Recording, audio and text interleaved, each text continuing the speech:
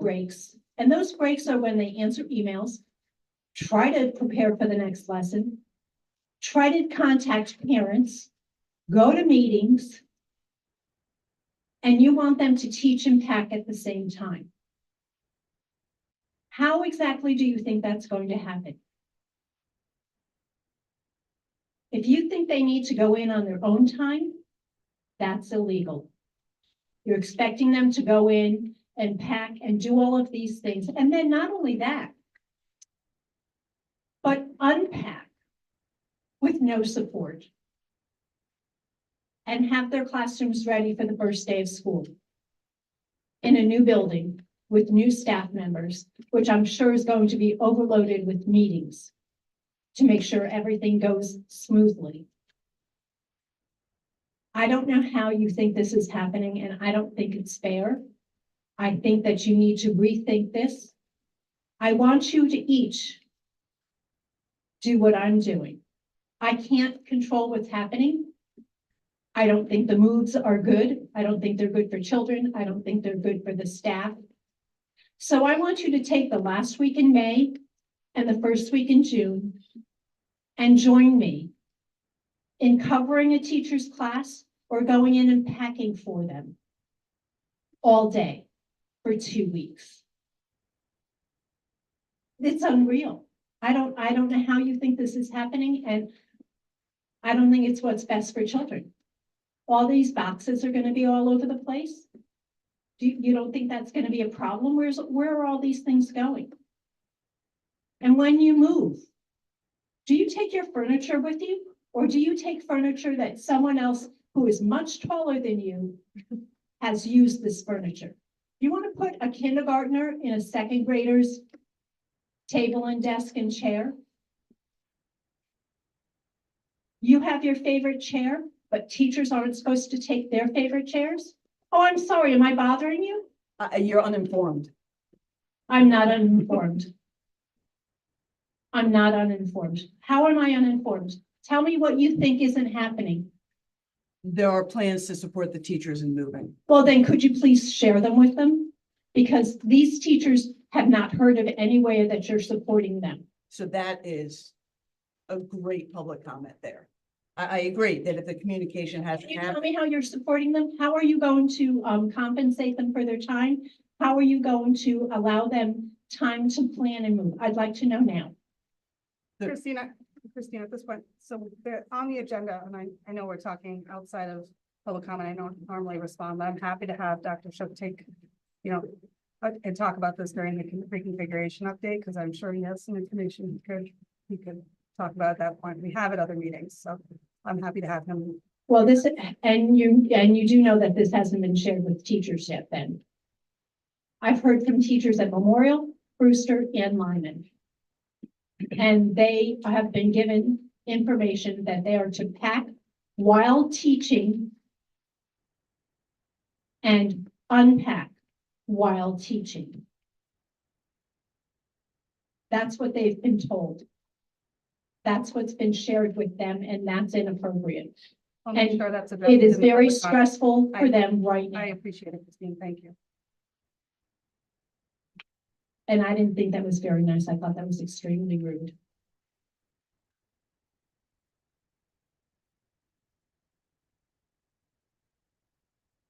Do you have any other in-person public comment?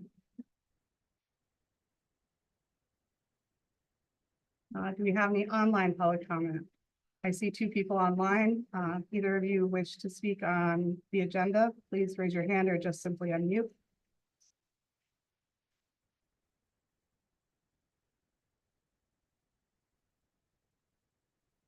I don't see any online. We can move to approval of the minutes. So we have a lot of minutes to approve here. I did spend a good portion of yesterday going through them. Besides one spelling mistake, I did not see any, and that's been corrected. So I would take a motion to approve the Board of Education work session, March 6, 2024. Board of Education special work session, March 13th, 2024. Board of Education regular meeting, March 13th, 2024. Board of Education special work session, March 20th, 2024. Board of Education special meeting, March 26th, 2024. And the Board of Education special work session, March 27th, 2024. I have a motion to approve. So moved. Lucy, second, Second. by Jason. All those in favor? Aye. Any opposed? Any abstained?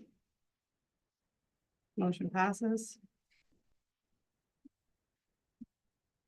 Number 5, superintendent's report, grade level reconfiguration 2024-25 update. Dr. Yes. Cook, if you have a chance, could you? Yeah, and I Moving. didn't have much planned, but since we had that comment, we'll certainly address that. Did want to let you know that, from all reports, we had 3 successful parent-family visit nights at Brewster and Lyman and Memorial. The most recent took place yesterday, I think. Yeah, it would be yesterday and previous to Tuesdays. Good participation from parents and families, not all of them, but the opportunity was there, and of course, they can come back. But there's definitely a special night set aside for it, and lots of staff showed up voluntarily. Staff that would be at the school now that would be continuing, and also staff that have been reassigned. So I think that's a really good sign. Again, we didn't require that of staff, but I think it shows that they are trying to, make the transition smoothly for these families and these children. And again, this one was for the family. Some of them brought their kids with them, but that wasn't the intent or the spirit of it. It was an adult-oriented event. Later this school year, we'll have the events planned for the children themselves. And it'll be a little bit more logistically challenging because we're doing more of them this year, but the principals are working on that and are going to publish those dates probably in the next couple of weeks so that parents know when that will take place. In terms of the moving, I'm sorry she left, not that it was going to be a back and forth, but I'm not sure where the information that she's got is coming from. We went to great lengths, and I believe you all have a copy to put all this in writing. The staff have it in writing, and they've had it in writing, what, like a month now, or something like that. There is no suggestion or even support for somebody packing actively while they are teaching children. That would be irresponsible. And I don't believe any of them are intending to do that. We've not heard that. We do have movers that are going to be doing the bulk moves for us. And we have set a deadline for, I believe, the Friday of that last week. I think our last day is a Wednesday. And so whatever that Friday is, because the movers are scheduled to come that next Monday. In terms of what moves, some stuff is staying, some stuff is moving. That's all outlined, and individual staff can ask their principal, as many have, about individual items. And so we're working with folks on that. In terms of, there was a comment made, I think the word was illegal. I'm not saying I take offense to that, but I would say that we went to great lengths to look at our bargaining agreement with our employees. And I don't want to suggest that this will be easy and it's not something that anyone would wish to have. But we feel like we're fully within our rights in asking what we are asking of staff. And we're going to work with folks that need additional help in all of this. In terms of a timeline, we gave them the memo when we did, because we had some feedback that some wanted to pack along the way between now and June, and others want to kind of wait until the end. And we wanted to honor both extremes and everybody in between. That's a personal preference. Also, I don't want to get lost in this because you all supported us with some temporary budget language. To the teacher of 1 year up to 30 years, or everybody in between, the opportunity to go through stuff and purge is something that we are encouraging. We're not requiring, obviously, but you've got the flexibility on the policy. Are the dumpsters there yet? Yeah, there was March 1st. Yeah. So the dumpsters have been there, and so that purging supposedly is going on as we speak, and we're not managing that down to the individual employee level. So again, don't disagree that this isn't a challenge for some employees, and don't disagree that this hits different employees different ways. Our staff at the middle school and the high school they're just quietly marching along, right, Matt? And, you know, of course, they empathize with their colleagues. But in any year, every year I've been in education, there have been one or more involuntary moves. And so we actually have this issue every year. It's just, we have it on a wider scale going into this year. And if we will have some more of it if we are successful with our expansion and renovation project at Memorial, because we are gonna, you know, unoccupy or vacate rather. If you prefer that term, Memorial, if we're successful in that. And so this will happen for several years. And then obviously, if that project is successful, we will also relocate people to that campus. And I know that's hard, but that's how you get things done. And, you know, the board made a decision and we've implemented, and we feel like this is a reasonable expectation. Again, I'm sorry she left. Hopefully she'll watch the recording or she's listening. But I think it's important to note too that we met with the union We did. and Yeah, thank you for that. Yeah. we're not an objection. And I think too, just looking at it, what I'd like to I'd feel better knowing that you should maybe just touch base with the principals and maybe even touch base with the staff and the next staff meeting and saying, is anyone struggling with this? Does anyone have any issues? Because some of these things come from one people, maybe it's coming from 5 people. So maybe 5 people don't feel supported. So if we could. No, I was- absolutely correct. And you know, to your point, us getting that feedback requires these people to go to their principals with that feedback. And I would hope that most of them would. I can tell you that the group of us that meet, which includes all 3 principals, we meet weekly. And this is the type of feedback that we sometimes receive, not necessarily about moving, but about concerns. I think we had a pretty lengthy discussion about this the last time we met. Not for any of the issues that were brought up by the speaker. So it's important to go back, because even though we put it in writing, people still say, okay, it says this, but you know, how do we do this? And we want the message to be consistent to all schools. So good suggestion. I do wonder if, you know, there could be some hesitancy to respond to say, oh, I need help. Sign of weakness. I know, you know, we've had all kinds of surveys. Oh, do you need help with lesson planning? Do you need help with classroom management? You check all those boxes and guess what? All of a sudden you're observed in your classroom a lot. That's just, I'm venting again, but that could be, you know, people might hesitate because they're like, well, I don't want to look like I'm unable. Yeah. But I really do empathize with her points. You know, I've vented before about the same issue that I experienced. Yeah, it's not fun. It's not pretty. You don't have a minute in the day to do stuff. This is true. I wonder if there's a way we could schedule as we get closer to the end of the school year. You know, assemblies, whatever, teachers can cover the class during the assembly, maybe give certain teachers a few hours. Just an hour or 2 helps a lot. It really does. Just, I think you know, we talked looking about at the having some schedule, of there's high gotta schools be a consider way. and Possibly help. I yeah, mean, she said, in all honesty, spend 2 weeks and pack. If somebody wants me in their classroom for 2 weeks, I'm happy to pack. I'm happy to help. Really, in all honesty. Yeah, I And mean- I just think we need to find those ways and my experience in it ultimately was actually good and enlightening. I got into the new room and decorating it. You know, change is necessary and good, and I think it can be exciting. And I understand that it is difficult, but I would definitely love to see some time allocated other than their own time. Sure, I put in many, many, many hours of my own time for my class, but that's just reality. You know, you either do it or you don't. but some You of know? this could be like an acceptance thing too. Some people might maybe not packing because they have yet accepted that Yeah. they're moving. And that's I a really wouldn't tough thing. cry right now. Accepting it. Absolutely I am difficult. not You discounting. don't have a minute in the day to do anything. So true, but yeah, I would love to see maybe some way we could find time that's not necessarily their own time to just gather the thoughts, you know, a couple hours here and there would be very helpful. There's got to be a way we can do that. There might be Yeah, some- that's it might be some possible, Feedback yeah. to give to the PTOs too, if they want to help and they want to give them some Yeah. time or something that's. No, I agree. And I think, again, this will be an individual thing. Some people are not gonna want somebody else packing up their room. That it's their stuff, they're gonna want it in a certain way. And certainly the purging process, yeah, someone can help you haul stuff to the dumpster. But at this point, I think the custodians are already doing that, correct? So, yeah, yes.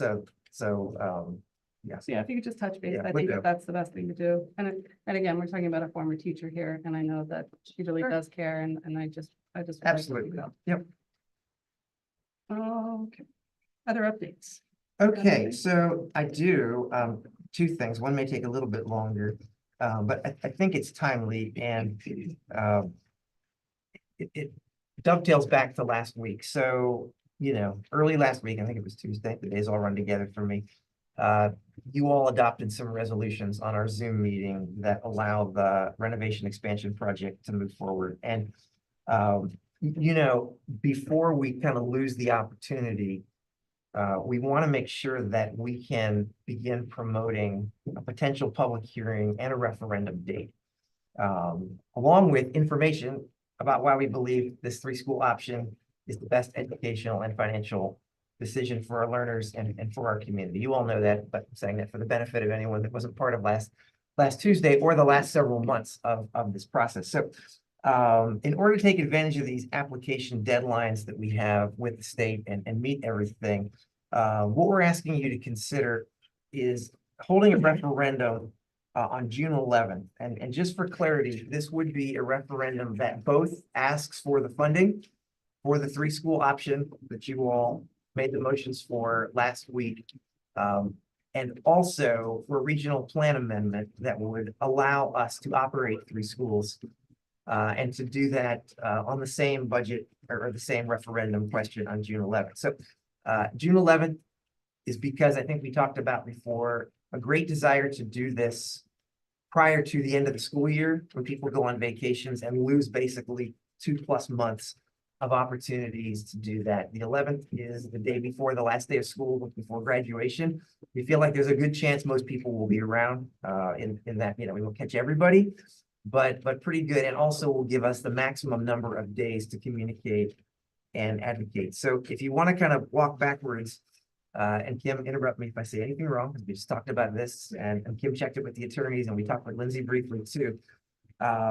We think we should have the public hearing / district meeting, which will actually be multiple meetings that stack on top of each other because they have to be done separately, one for each of the referendum questions, on the evening of May 2nd.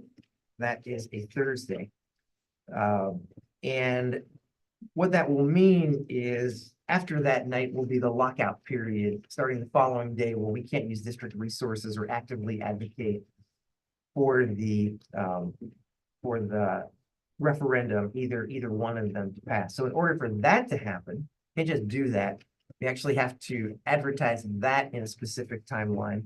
And if we didn't just get this information like today, we would have lined it up for tonight. But I wanted you all to be able to consider all this too and not rush you to this. The proposal would be on Monday, April 15th, which would be the Monday, those of us that are taking spring break, we'll be back from spring break, but certainly those in our community.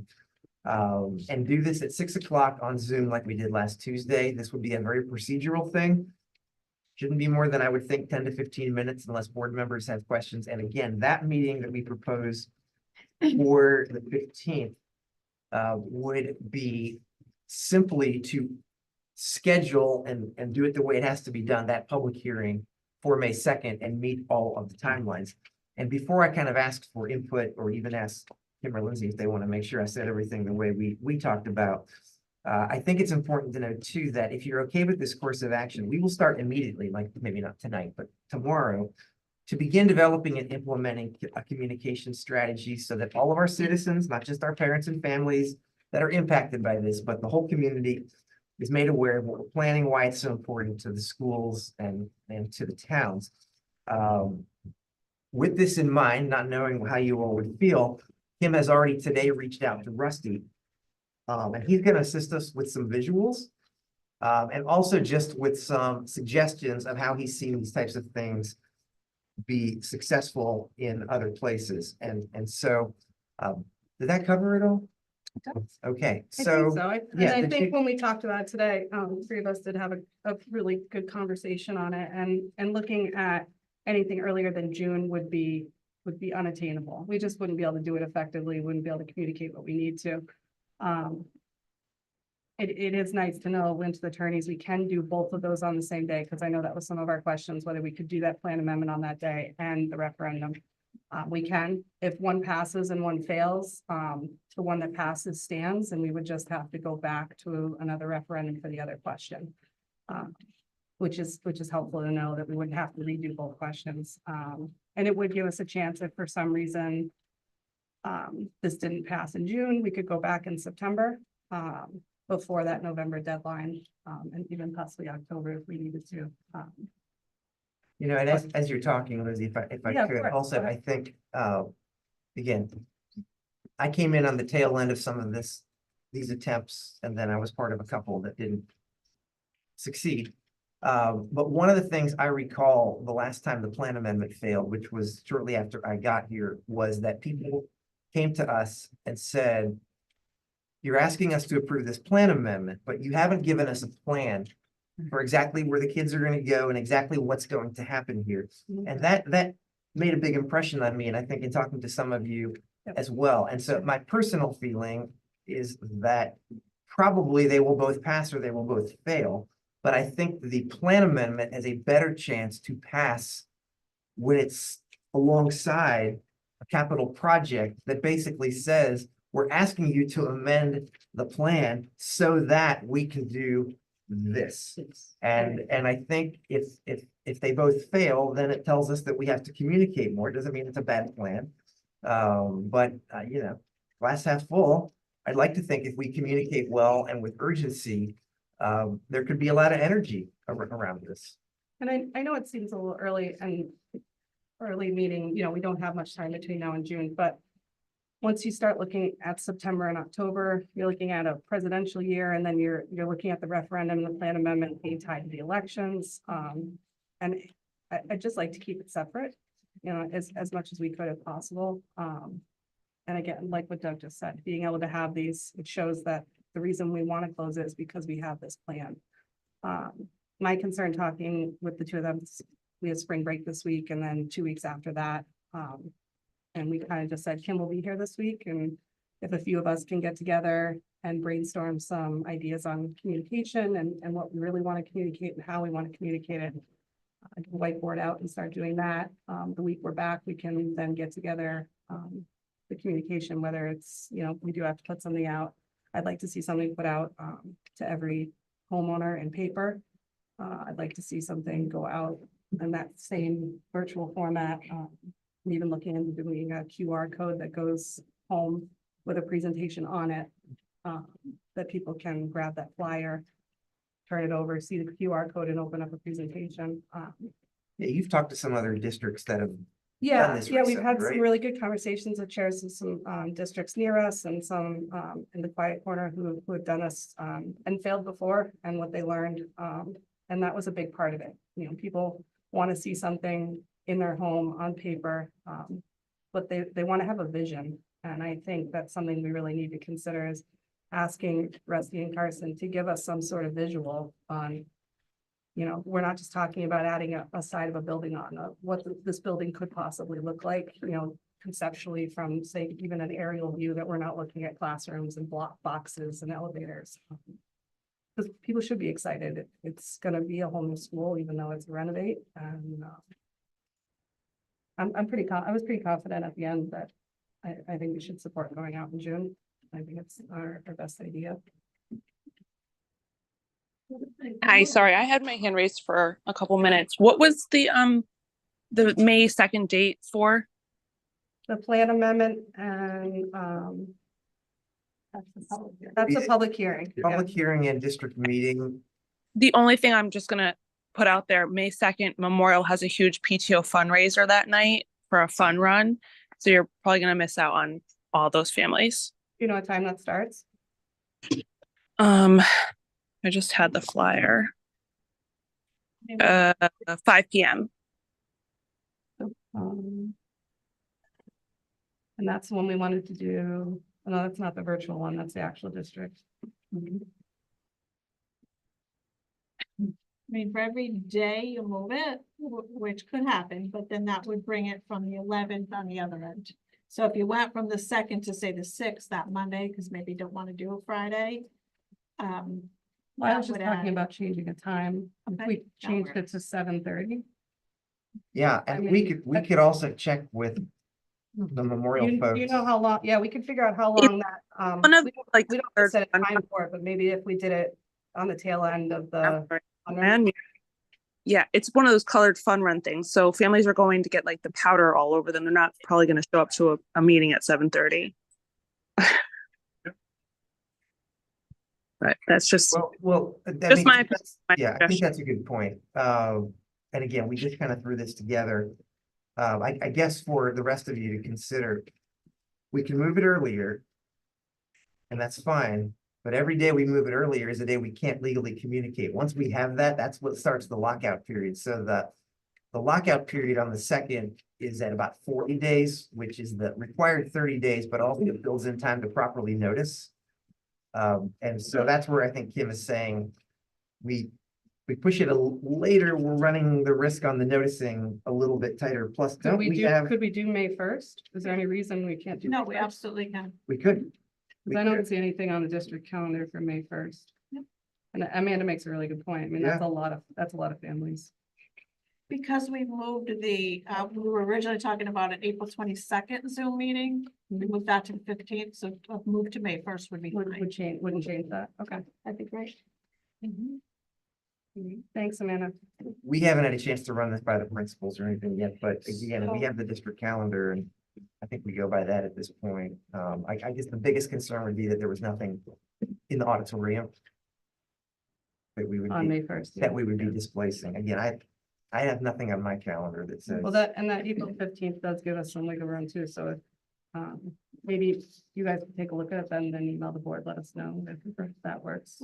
May 1st works. But conceptually, you guys okay with the June referendum? I mean, that was the big picture question for tonight. So with that, You might want to think about having the meeting at Memorial. I was just thinking. we don't have a recording. Capabilities I'm over there. looking over it. Yeah. Oh, Ken looks tired. I jumped up on it. Definitely stream. I'd have to do some testing about Now, you don't public have to, comment I coming guess. in. People might want to walk around and see the pictures. Yeah, it's a good suggestion. I mean, we did the community forums over there. We can see if it's possible, and if we can, if it's gonna. We definitely don't want to do it on the 2nd then. If we're doing it over there. Yeah. Do This a is- color run slash meeting. This, you probably remember when Middlefield voted on moving to by Powder Ridge, we had probably 400 people, No. I would guess, in the gym, and we were able to accommodate. Yes, there was no electronics. It was pretty much just talking, but we voted and it worked, but I don't know if it would be the best. Yeah, I facility for that. think Ken's point is now that we're supporting remote participation, it does change the dynamics a little bit. So I guess we'll consider that and talk. Yeah, just consider it. Yeah. Sure, we can do something. Audio quality would be, I'm not guaranteed perfect, but I'm sure we could find something. Yeah, that's my only problem. I mean, even just talking about the budget and coming out of the auditorium, so we have better audio quality here. I'd hate to not have the good quality that we have.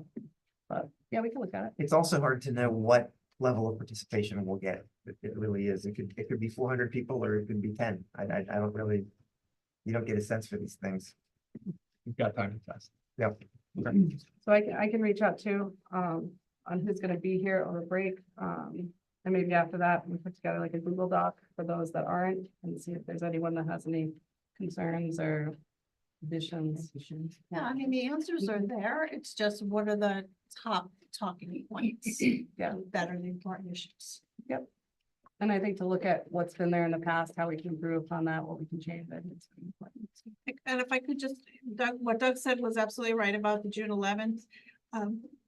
There are other options over the summer, but that probably wasn't the best because people are away, but I just wanted to think that's not out of the question if it had to be done. But I really feel September 10th is the latest we can do it. And I know I was talking about November, we can do it on the same ballot as the presidential election. Don't think it's a great idea, but we can do that. But when you have a presidential election, you're a 60-day lockout.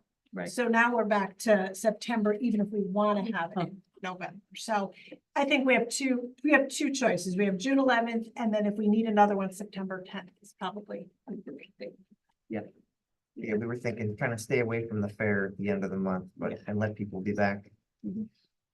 Hopefully we won't need it. Yeah, I would just think definitely- anything, I think we had said it too, anything over the course of the summer is out of the question. This is not enough people here. It's not a fair representation of voters.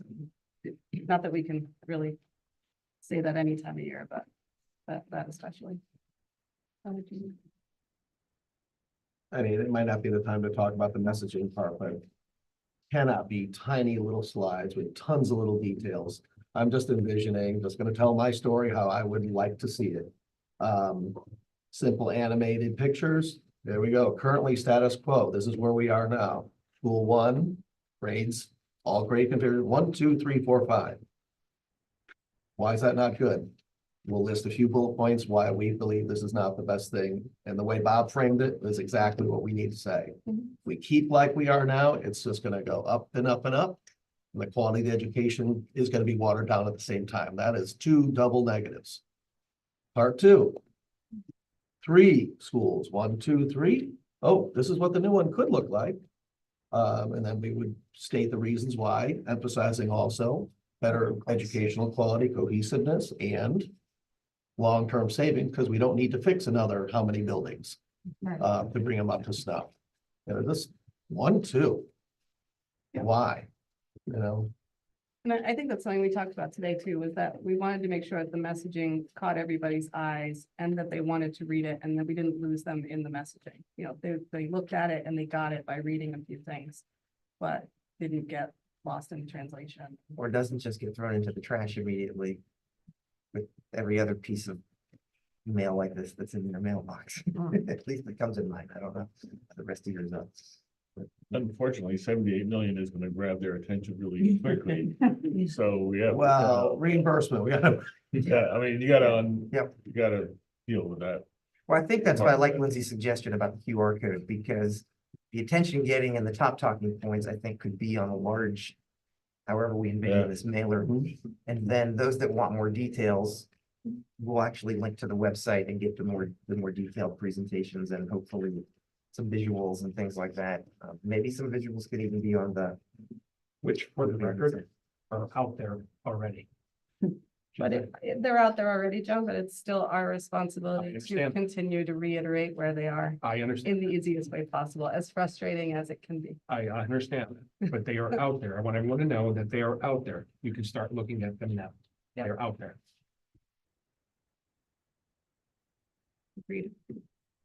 Any other updates? Just one more. There we go. And this one is really quick, and she probably doesn't want me to mention this, but I just want to recognize one of my colleagues, Liza. Earlier today, Liza successfully defended her doctoral dissertation. Outstanding. Nothing officially graduate until next month, but it's from it's an EDD from the University of Illinois, Some people are tired. even though they lost. Yeah. I did lost to, so I know I didn't write that. And her program is in education, policy, organization, and leadership with a minor in global Conservation and Concentration. global studies and education. studies and education. So I think we can call you Dr. Siegel now. Congratulations. Not yet, but okay. But didn't they say congratulations, doctor, when you finish? Yeah. Yeah, so you Ah, get you got it, you get it. I think a new nameplate might be in order. There That's might be right. 2 doctors, That might 3 be right. doctors in the house. Sorry, I might use this. Thank you. Great job. Congratulations. That's all. Thank you. So that's a good one to end on. Yeah. It's mostly all yours has. I know. I was almost staff reports, Director of Finance, Kim. Also I have the general fund, 70% expended through the end of March. We've encumbered all of our funds and we have 75% of our revenue received today, right on track. That's all I have. Can I make a request to You sure can. Dr. Tabor Doctor's is here for item 7C, and I'm sure he'd love to stay through our whole budget hearing and the rest of our agenda, but if there's any way we could move 7C up in the queue, Well, yeah, I don't have the motions up yet, so I would love for C to go first. If that's possible. any objection? I think that's. No, it's fine. That'll give me some time to pull those up. C, discussion and possible vote on a teacher and leadership evaluation plan. I believe that goes to Stephanie. Because we're gonna be on the screen here. Am I? I'm good? You're good.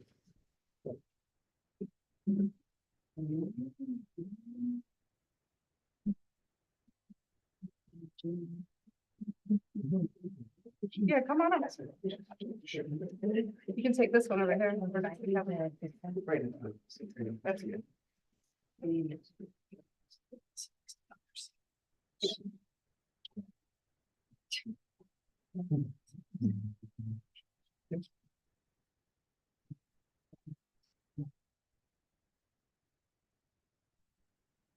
for coming tonight, Matt.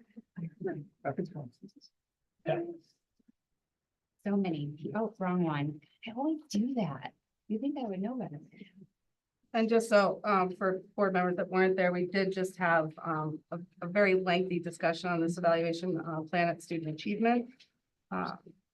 And since then, I know, Linda has had some questions, so I know Stephanie was gonna incorporate some of those in, the presentation. But I think the expected presentation to be a little bit less than when we went into it. I'm gonna, I did it 3 times today and I did like 11, 12 minutes, so I'm gonna, Wow. we'll see. You shouldn't have I said. hope I can stick to that, but I'm gonna talk real fast. Said that. I'm gonna talk really fast. Okay, so in interest of time, I'm gonna ask you all to hold your questions until the end, please. This is a quick presentation. You had all received the documents last week of both of the plans plus the forms that we have been working on. So I'm gonna go to the first slide, which is not working right now. Thank There you we for go. defining PDEC, by the way. Yeah, yeah, no problem. So PDEC is our Professional Development and Evaluation Committee.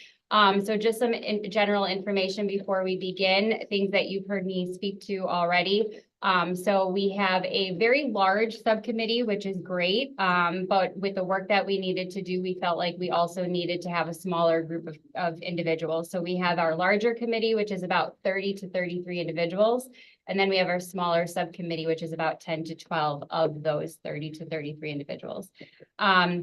We have been meeting since October. We have met every single month. Matt and I have met multiple times a month.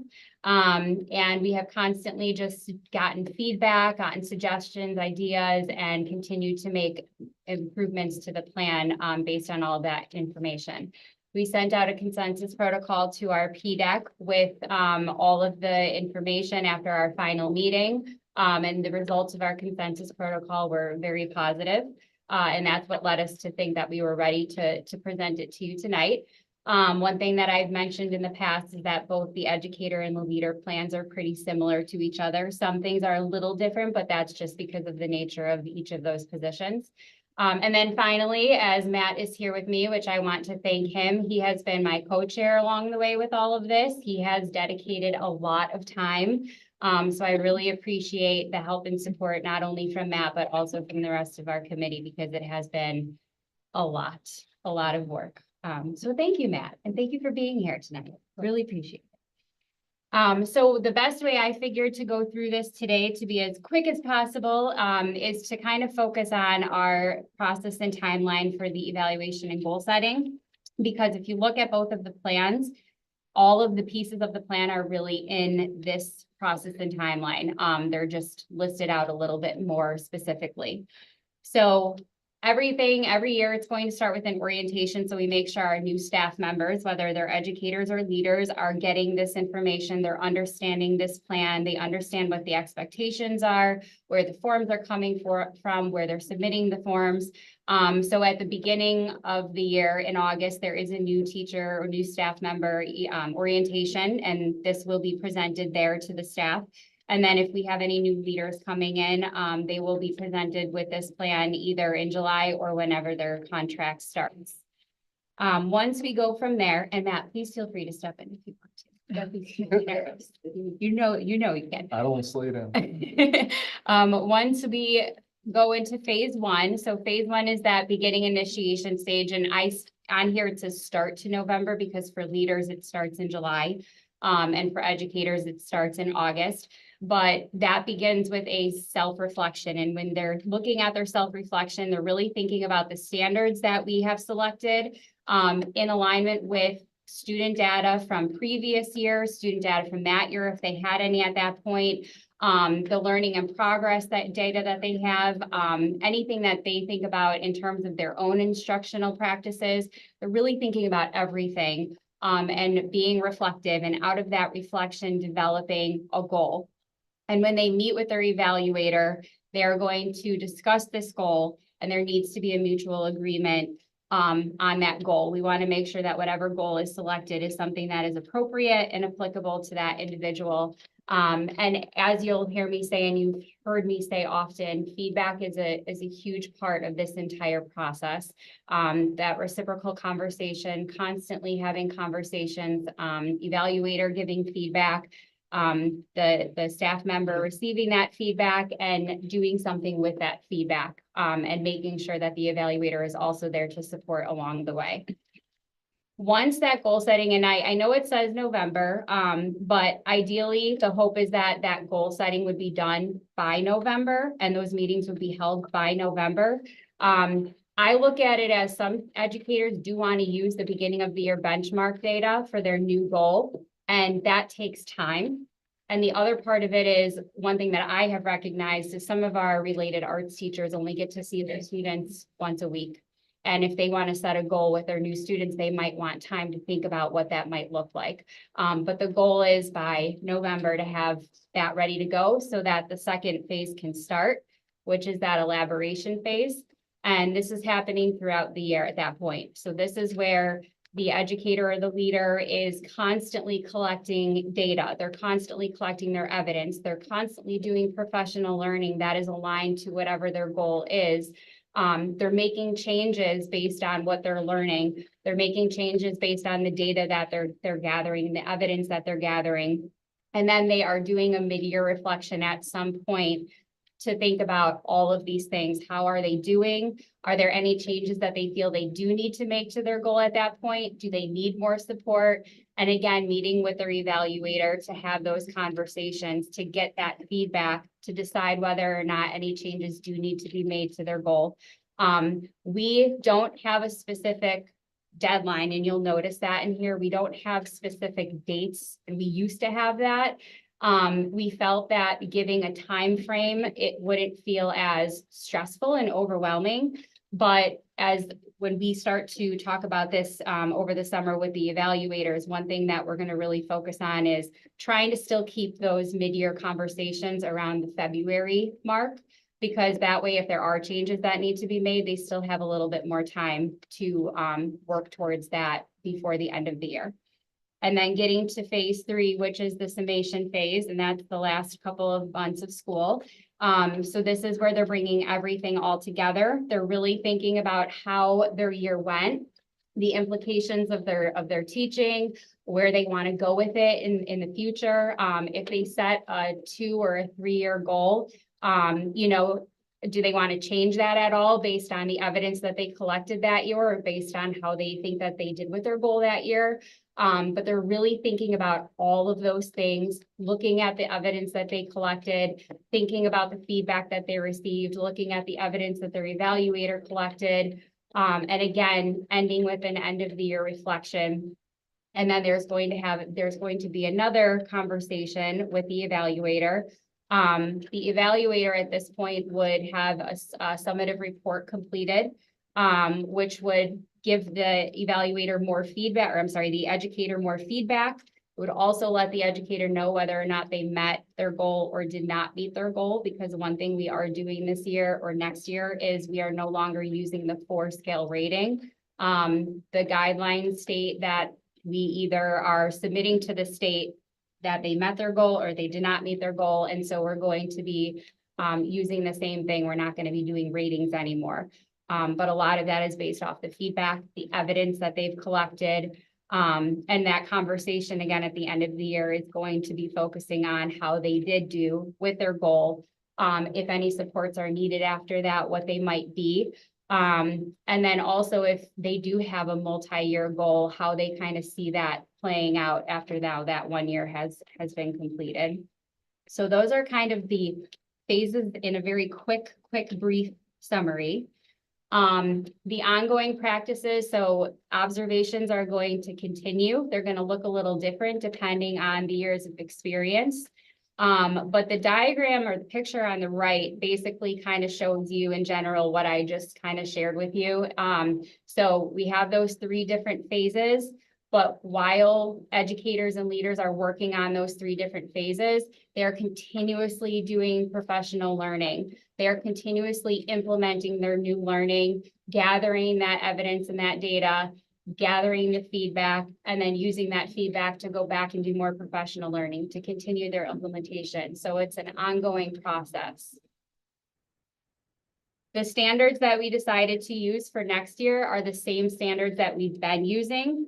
We do have an opportunity to differentiate our standards a little bit more, and the PDEC really we feel that that is a great opportunity. We just felt that that was a big take on for this year.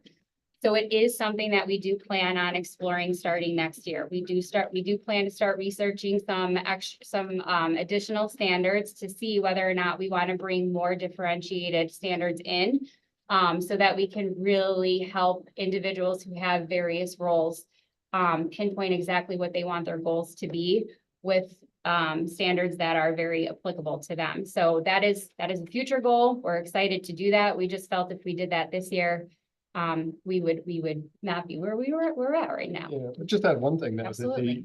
the second rubric on there is an addition this year relative to previous years. Are you sure? For, Jen, have you been using the SCSS? I thought they had been. You have been, right? With, Okay. yes, Yes. we've been using it. Okay. No worries, but thank you. Thank you. So then we have, there's 2 more slides left. So the corrective action process is basically if an educator or a leader there's a consistent pattern of challenges that have come up, some concerns that have come up. They've already been identified. The staff member has already been spoken to. There's been informal opportunities to give resources and professional learning to help that individual grow.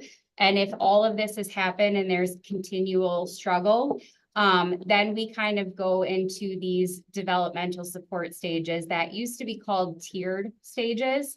One thing that we talked a lot about this year as a committee is changing the terminology in our plan so that it was more meaningful.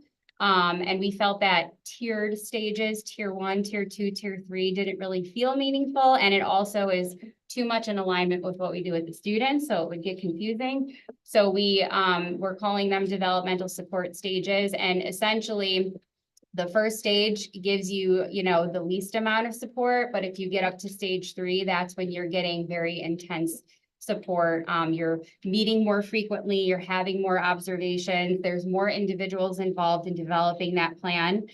Currently, we don't have any documents for these stages, but that is also a goal of PDEC for next year. We're going to start developing what those forms are going to look like, so that we can make sure that we're ready to roll those out if they are needed at some point. And then finally, we have our dispute resolution process for both plans. This is in the event that an educator or a leader disagree with something that the evaluator has given in terms of feedback or observation, or, at the end of the year that met or not met. So the hope is that the problem will be resolved informally between the individuals, but if it's not, then that's where there's a process in place where the disagreement has to be submitted in writing. There's the PDEC committee will become involved, and members from the associations will become involved. I won't get into too much detail about it, but I wanted to just put this up there so you all knew that there is a process in place. And that's, Matt, do you have anything to add on to any of this? not really. It's, I we've told you, been through speedy so much round. together, it's really clear. Yes. So that is the end. And I think looking at that, so I know we're gonna have to come back. Right. If you're okay, we'll adjourn to public hearing, and then we'll come back and have a discussion about the plan and answer any questions, and then continue our meeting from there. Does that work for everyone? That's fine. Yeah, is that all right? Is that okay, Matt? Of course. Okay. Thank you. Right, so we need a motion to adjourn the public hearing. We have a motion to adjourn the public hearing on the budget. So Lucy, second. Second. Second by Jason. All those in favor? Aye. Aye, online. Amanda or Maura, Aye. any opposed? You abstain? Motion passes. We'll take a 2-minute break so we can rearrange some tables. That's okay.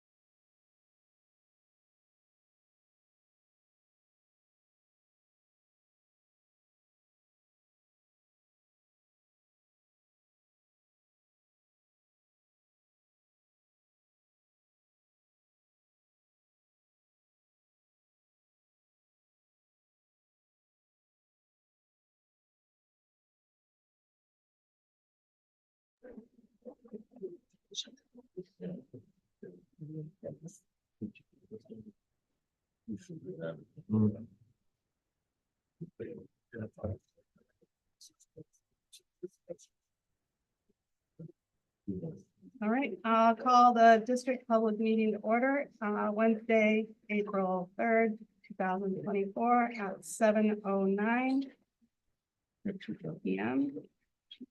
We could all rise to the pledge of allegiance. Pledge of allegiance To the flag of the United States of America and to the republic for which it stands, one nation, under God, indivisible, with liberty and justice for all. What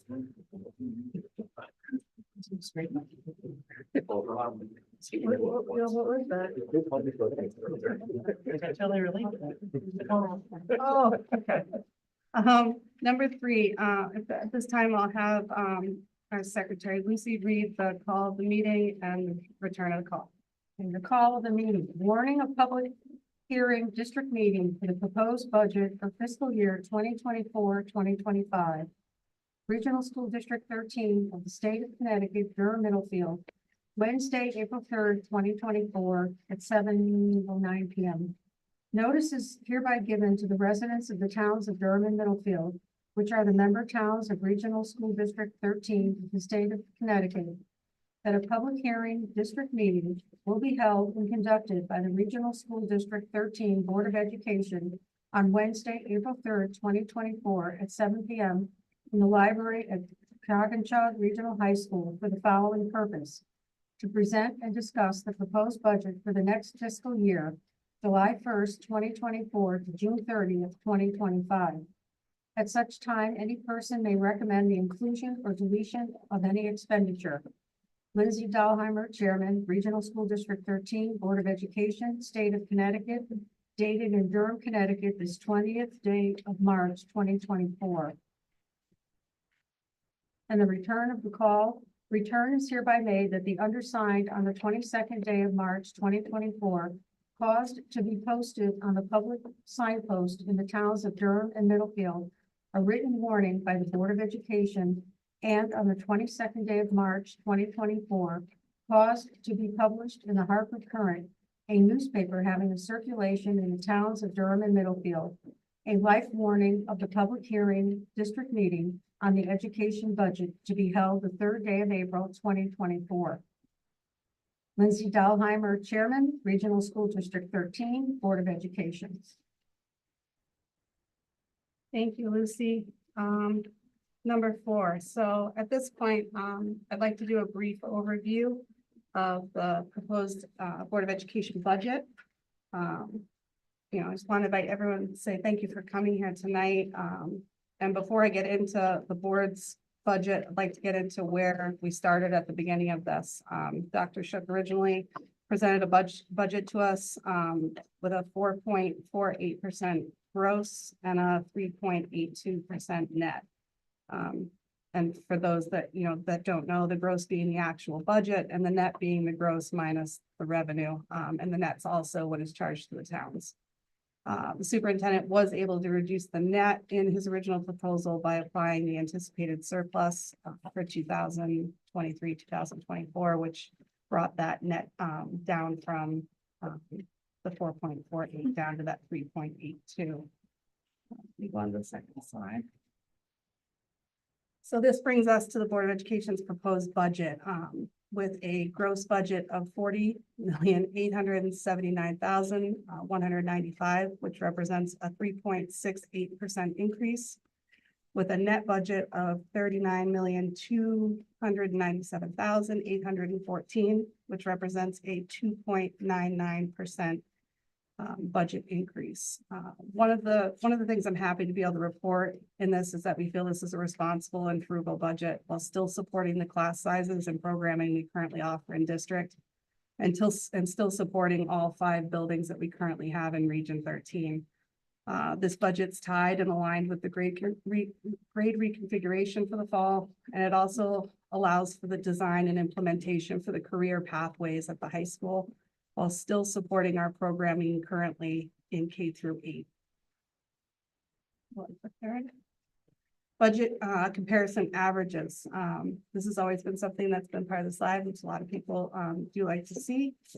When we're looking at this current year, the average of reporting districts in the state is currently a 4.81%. Of the regional district average, 4.08, and our DIRG-C average of 4.47. And as you can see, our RSD 13 budget of that 3.68%. Going on to the town assessments, Durham versus Middlefield, you'll see the percentages of 65.65% and 34.35%. The Board of Education, 2024 proposed budget, allocate town assessment under Durham's 39,297,814, while Middlefield, it was actually the same, they're actually both. That's the net, and then the percentages applied up below that. That's right. Budget allocation percentages, for Durham, $25,779,015, while Middlefield at 34.35% is $13,498,799. The government proposed ECX grants. We don't anticipate any changes in these currently. That is currently the formula for Durham would be that $3,285,553 for Durham. And for Middlefield, $2,118,766. The proposed net cost to the towns. So that's minus that budget allocation minus those ECS grants. So Durham is looking at $22,513,462. And you can see with Middlefield being at 34.35%, they are at $11,380,033. And that proposed increase in the shift in enrollment puts Durham at $1,054,515, while Middlefield will see a savings in $148,951. And this, ties right closely into with the assessments as of October 1st. So these negatives, so there's 37, and that's an anticipated, correct? So those are an actual. That's an actual number. So the actual number of 37 of the 37 enrollment decline in the district, 10 of those are from Durham, while 27 of those reductions are from Middlefield. So that's why the shift in enrollment and allocations change for Durham and Middlefield this year. Our favorite per pupil expenditures.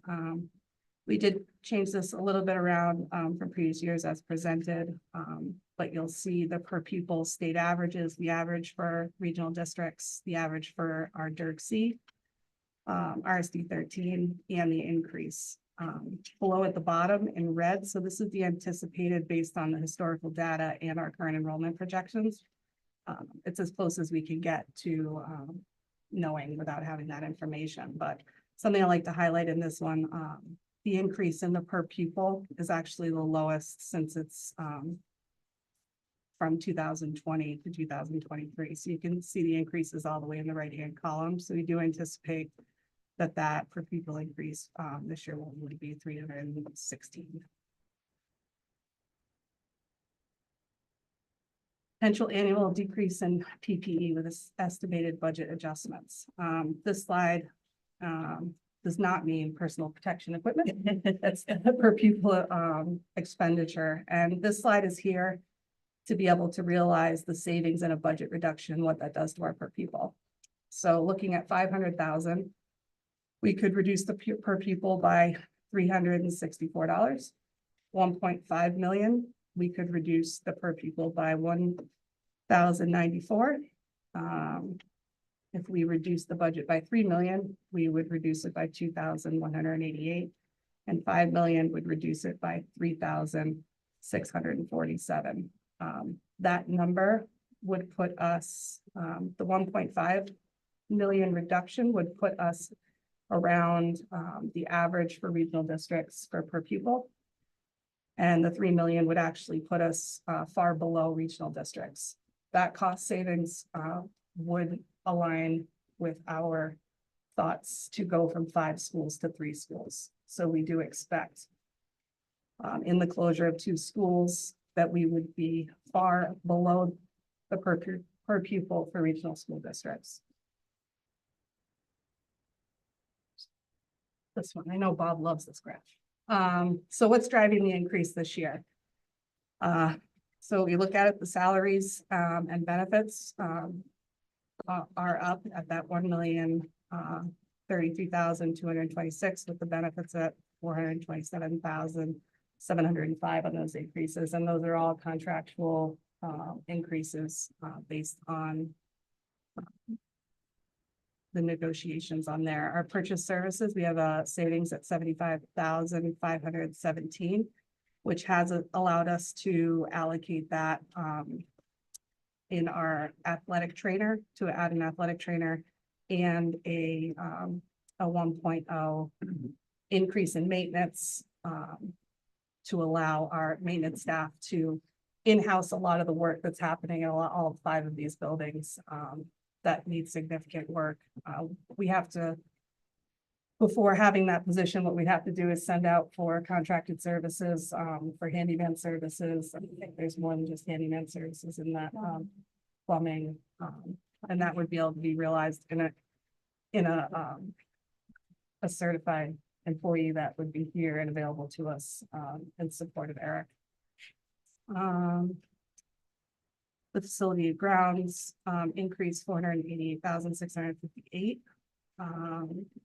We are looking at a 1.0 FTE at the middle school due to class sizes. There we go. See, I don't see the 0.6 in there. Right below the athletic trainer. Oh, the 0.60. That 0.60 FTE in math was a recent addition that the board allocated last budget session on recommendations from many people in the community to reinstate a 0.6 that was reduced 2 years ago or a year ago. Last budget. In the current year. Yeah, to be able to support the math department at Coggins-Shog.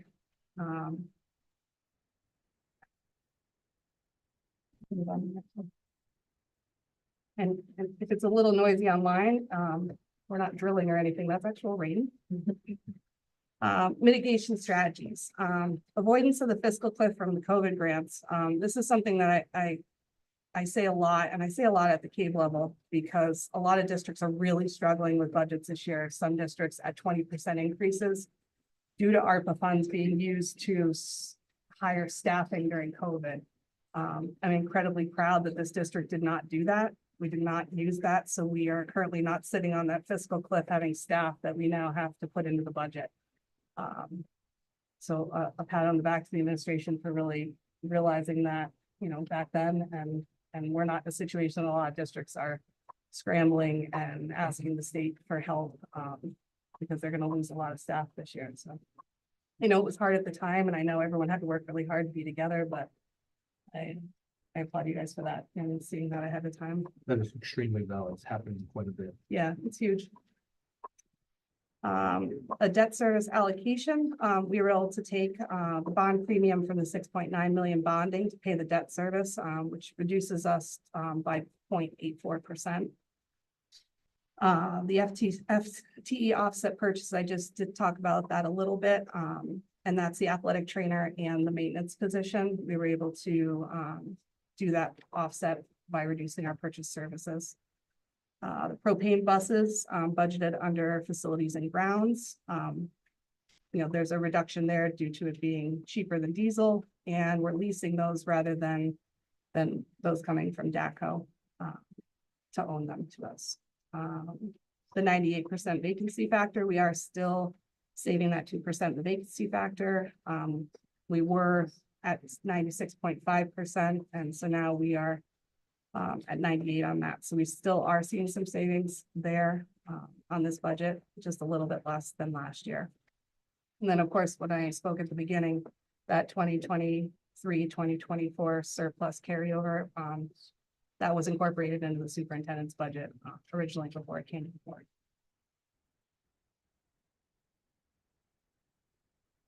Some of these we've talked about too. Some of the salaries, we've had a reduction in an elementary school teacher, and that's in the kindergarten level due to class sizes, and that happens to a lot to do with the legislation on kindergarten and the dates for kids coming into kindergarten, so they don't actually need that one position. A middle school teacher at Strong, and that's due to class sizes for grade 6.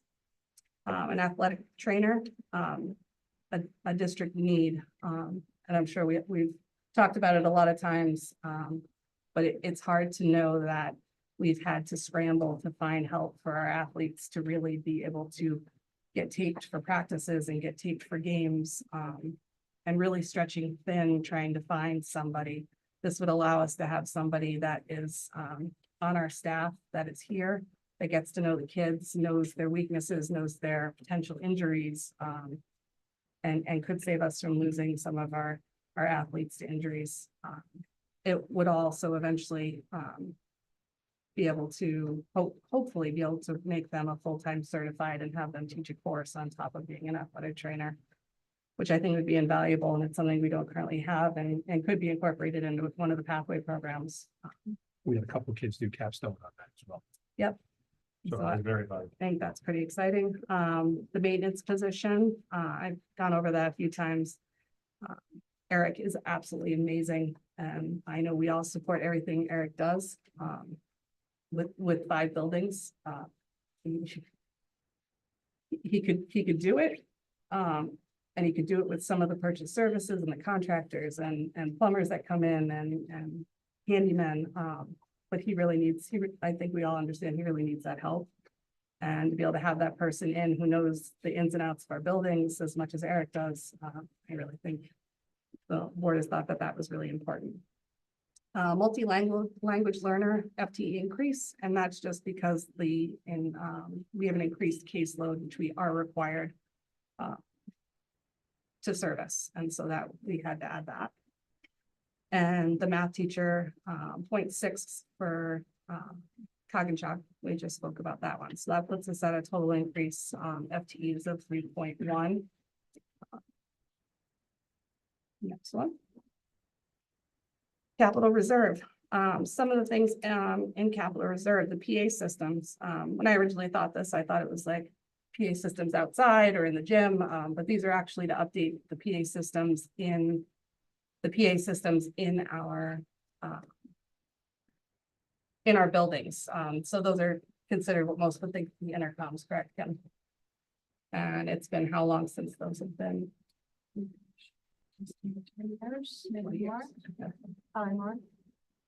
Thank you, Carol. It might be a little bit better. Well, maybe that's too loud at this point.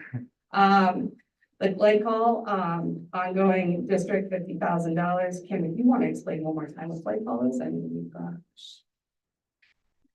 I'll skip that one for a second. The unanticipated R&M, and that is all of the unanticipated maintenance that could happen at any of the buildings, whether it's a boiler at Lyman or there's a leak at a roof or anything that needs to be done that can come from that unanticipated fund. The athletic field maintenance and upgrades. So this is looking at the varsity baseball and softball field drainage and the tennis court replacements, 75,000 year 1 of 4.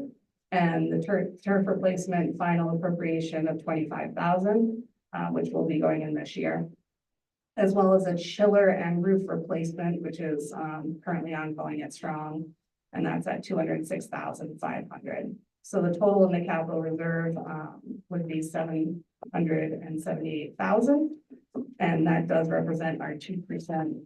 And we have been taking advantage of saving that 2%. That is the maximum that we're allowed to. And I think it's really important until we are no longer on 5 schools and we are trying to support 5 schools that are having issues, that we need to support that capital as much as possible.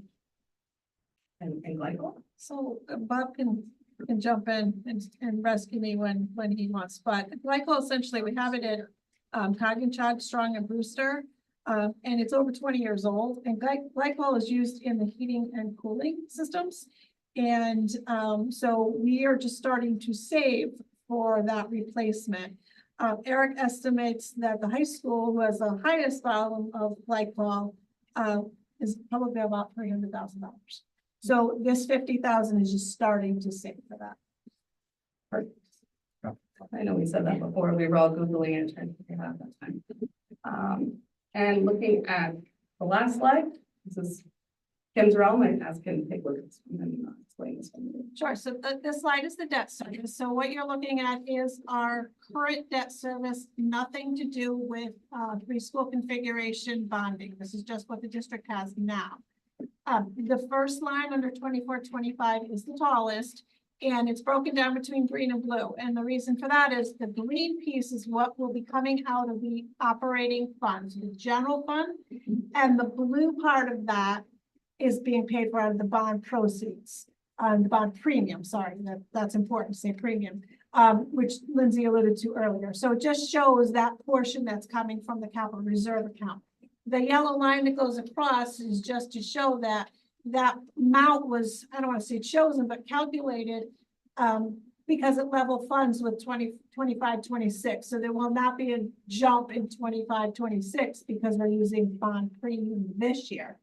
And then you'll see as the green goes down, we're not going to get a significant, we're not going to get this opportunity again because there's not a large jump. You look at year after year, it does go down, but it goes down at steady amounts and they're not a big drop.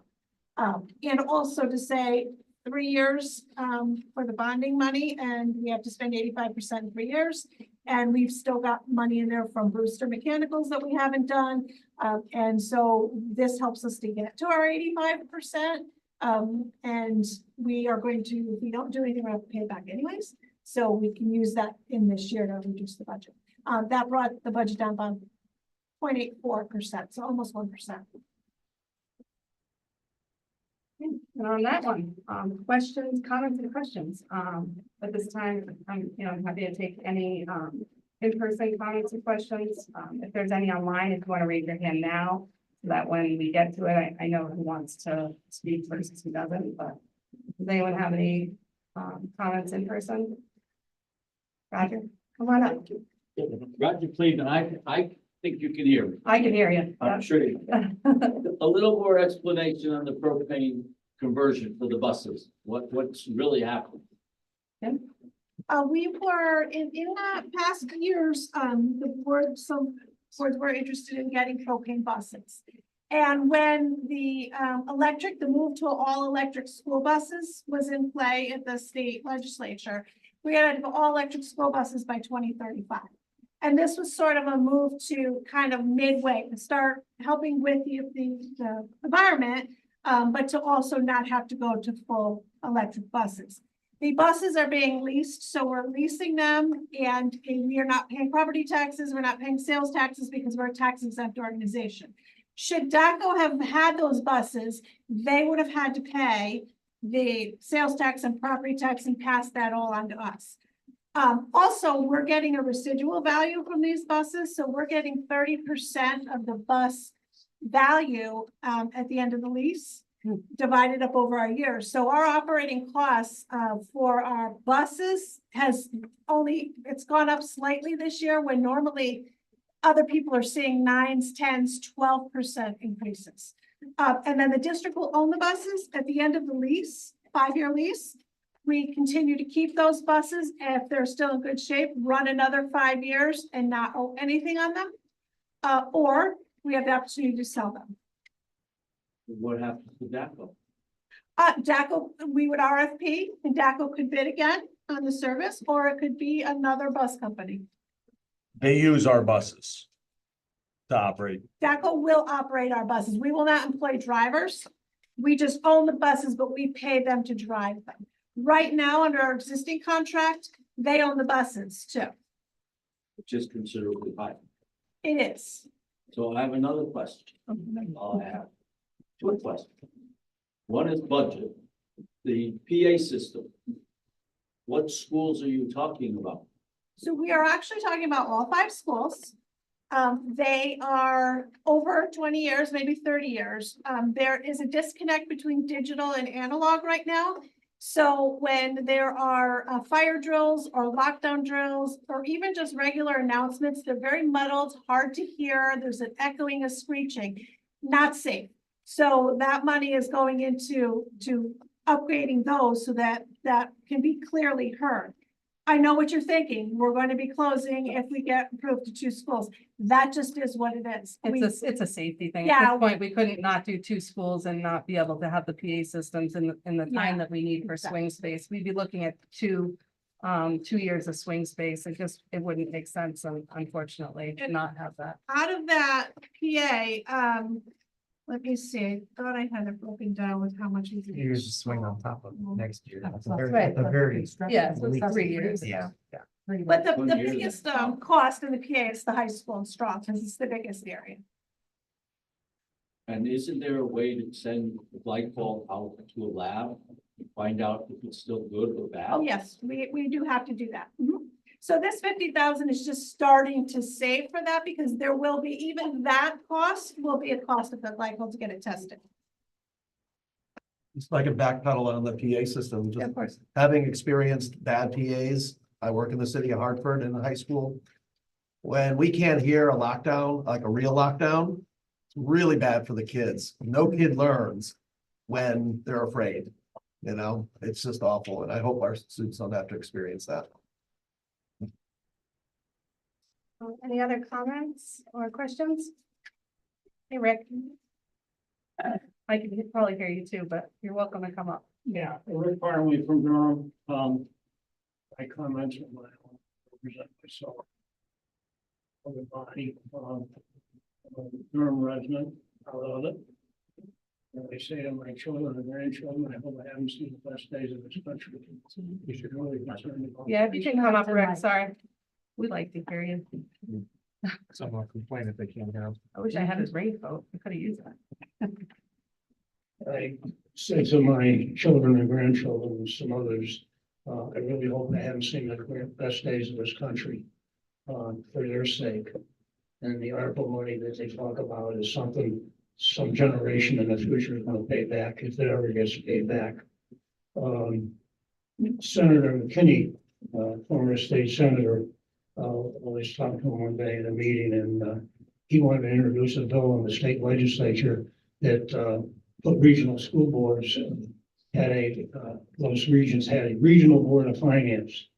Because as a resident, I feel handicapped. I don't get, for the amount of money spent here, it doesn't get the scrutiny that we get at the local level.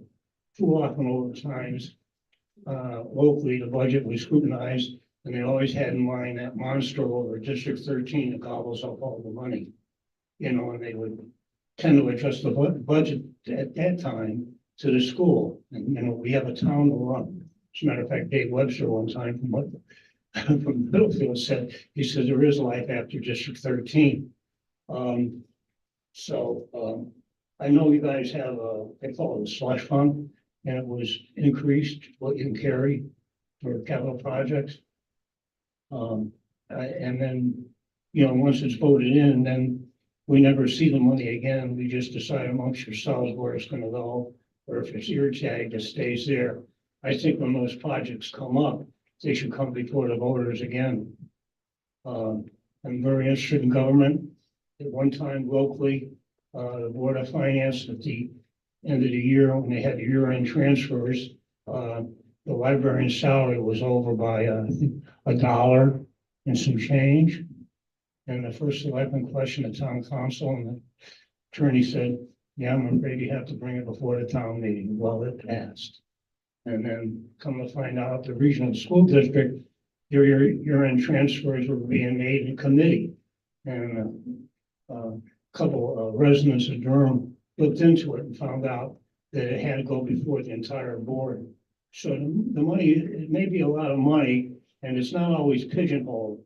It needs more oversight. We need more explanations about where it goes and more accountability.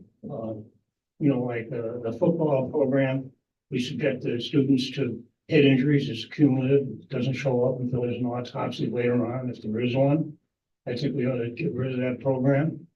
I am not sure, and I'm gonna ask at the annual meeting what the costs are.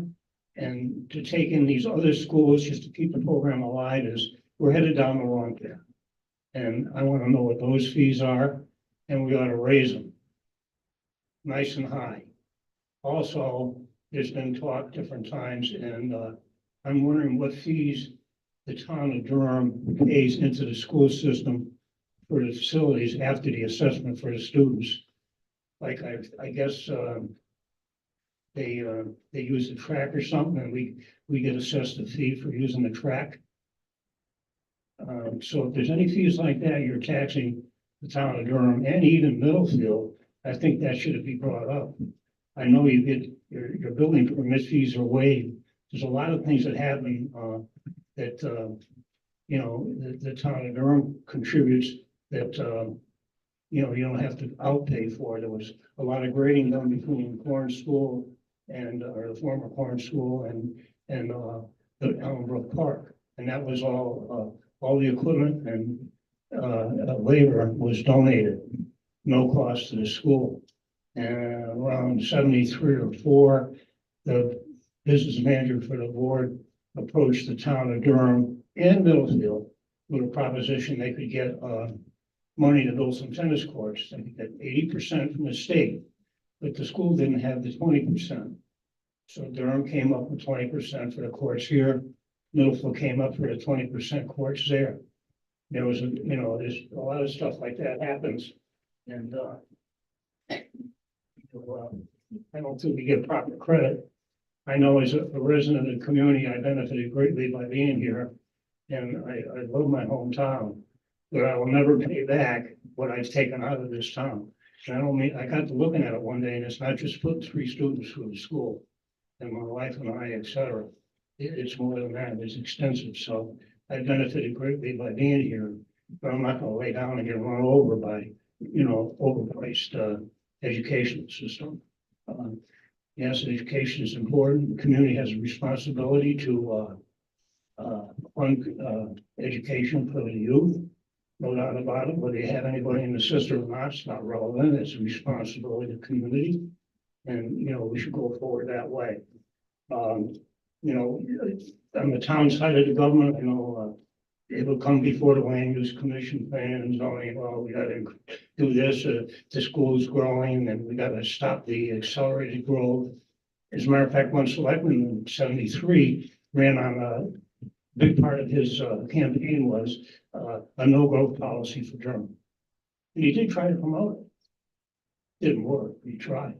You know, it's just, it's not right.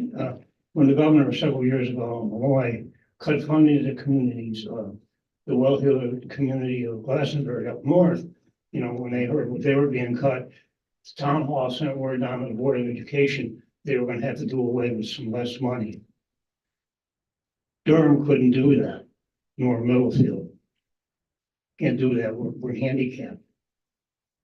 I know when my father was on the Board of Education years ago, he tried to get Killingworth interested, and I guess even Middlefield, and, you know, a joint operation, there was no regionals, and nobody wanted to know us. So, you know, I don't want to lose my identity just because we have a regional school district, and they just need to be on reproach. You got to watch things a little closer.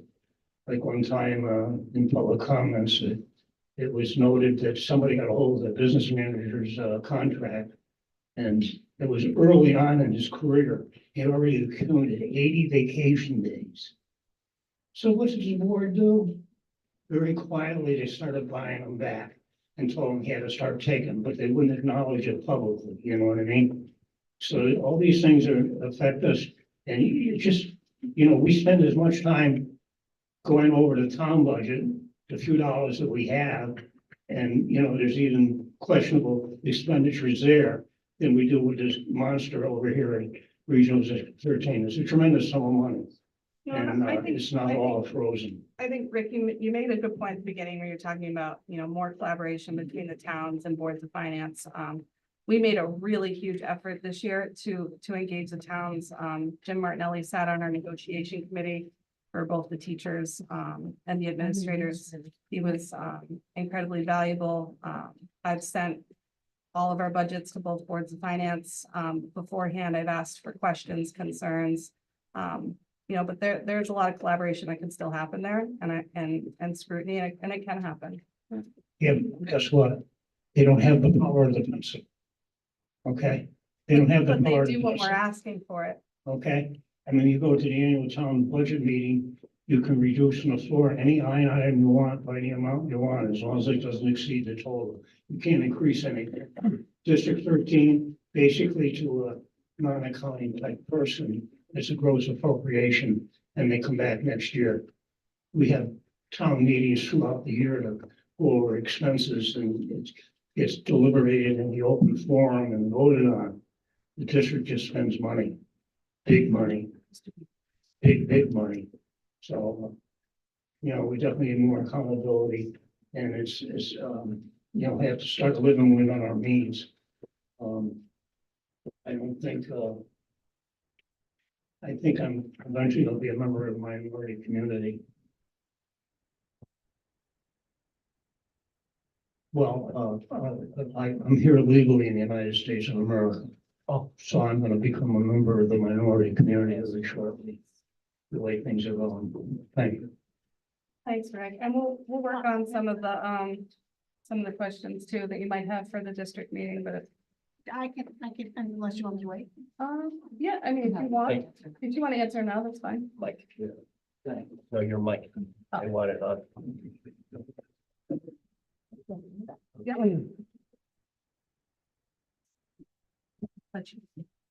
Just to answer a couple of the questions, football does cost us about $1,300 a student. It all depends on how many students play, depending on what the annual budget would be. And then our co-op students pay $650 a year to play.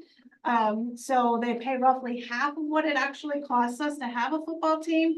But a lot of that is we would have buses anyways, and some of the things we still have to have officials anyways, so it's not a one-to-one. And they do pay that or they don't play. So that was one answer for that. The other thing I wanted to touch on is line item transfers. We have not done any line item transfers since I've been here. And I think before me, and that board at the time said we just don't do that. So that has not happened. You're correct, that can happen by state statute, but it also has to be reported to the board. So you're correct about that, but that has not happened in 7 years that I've been here that I can speak to. We don't have a slush fund. The capital reserve account is not a slush fund. It is a savings for future expenditures. And to vote on those projects, it's done at budget time. And the list is shown how they're allocated. Are there times when the board may be able to say, we're abandoning a project and we're going to put that money back in the general fund? Absolutely, that could be a board vote without town input, but putting the money in those specific line items is definitely something that's in a budget vote. The other thing was, state statute. I just want to mention, so even though we're a regional district, local boards of eds are kind of under the same, I don't want to say rule, but process with their budget funds. So while the town council has more say into whether they can cut or whatever they want to do, they still get a lump sum of money, similar to the way regional school districts do. So even local boards of eds don't have to go to the town council and say, we're gonna move money from one line to the other, or this is how we want to spend it. So that's not, regional districts have their own host of unique things, but that's one thing that's not just unique to regional districts. Oh, and the fee for using the property. So we do charge a $25 a year application fee, even for nonprofits, but that's for the entire year. But we don't ever charge for the facilities. For rental, we do charge for custodial, just because they're here for extra. So if we have to call a custodian in because there's an event, we certainly are going to charge the organization that rented it.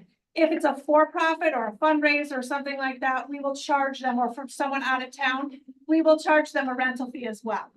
But not for town property, it will be custodial. Oh. Carol?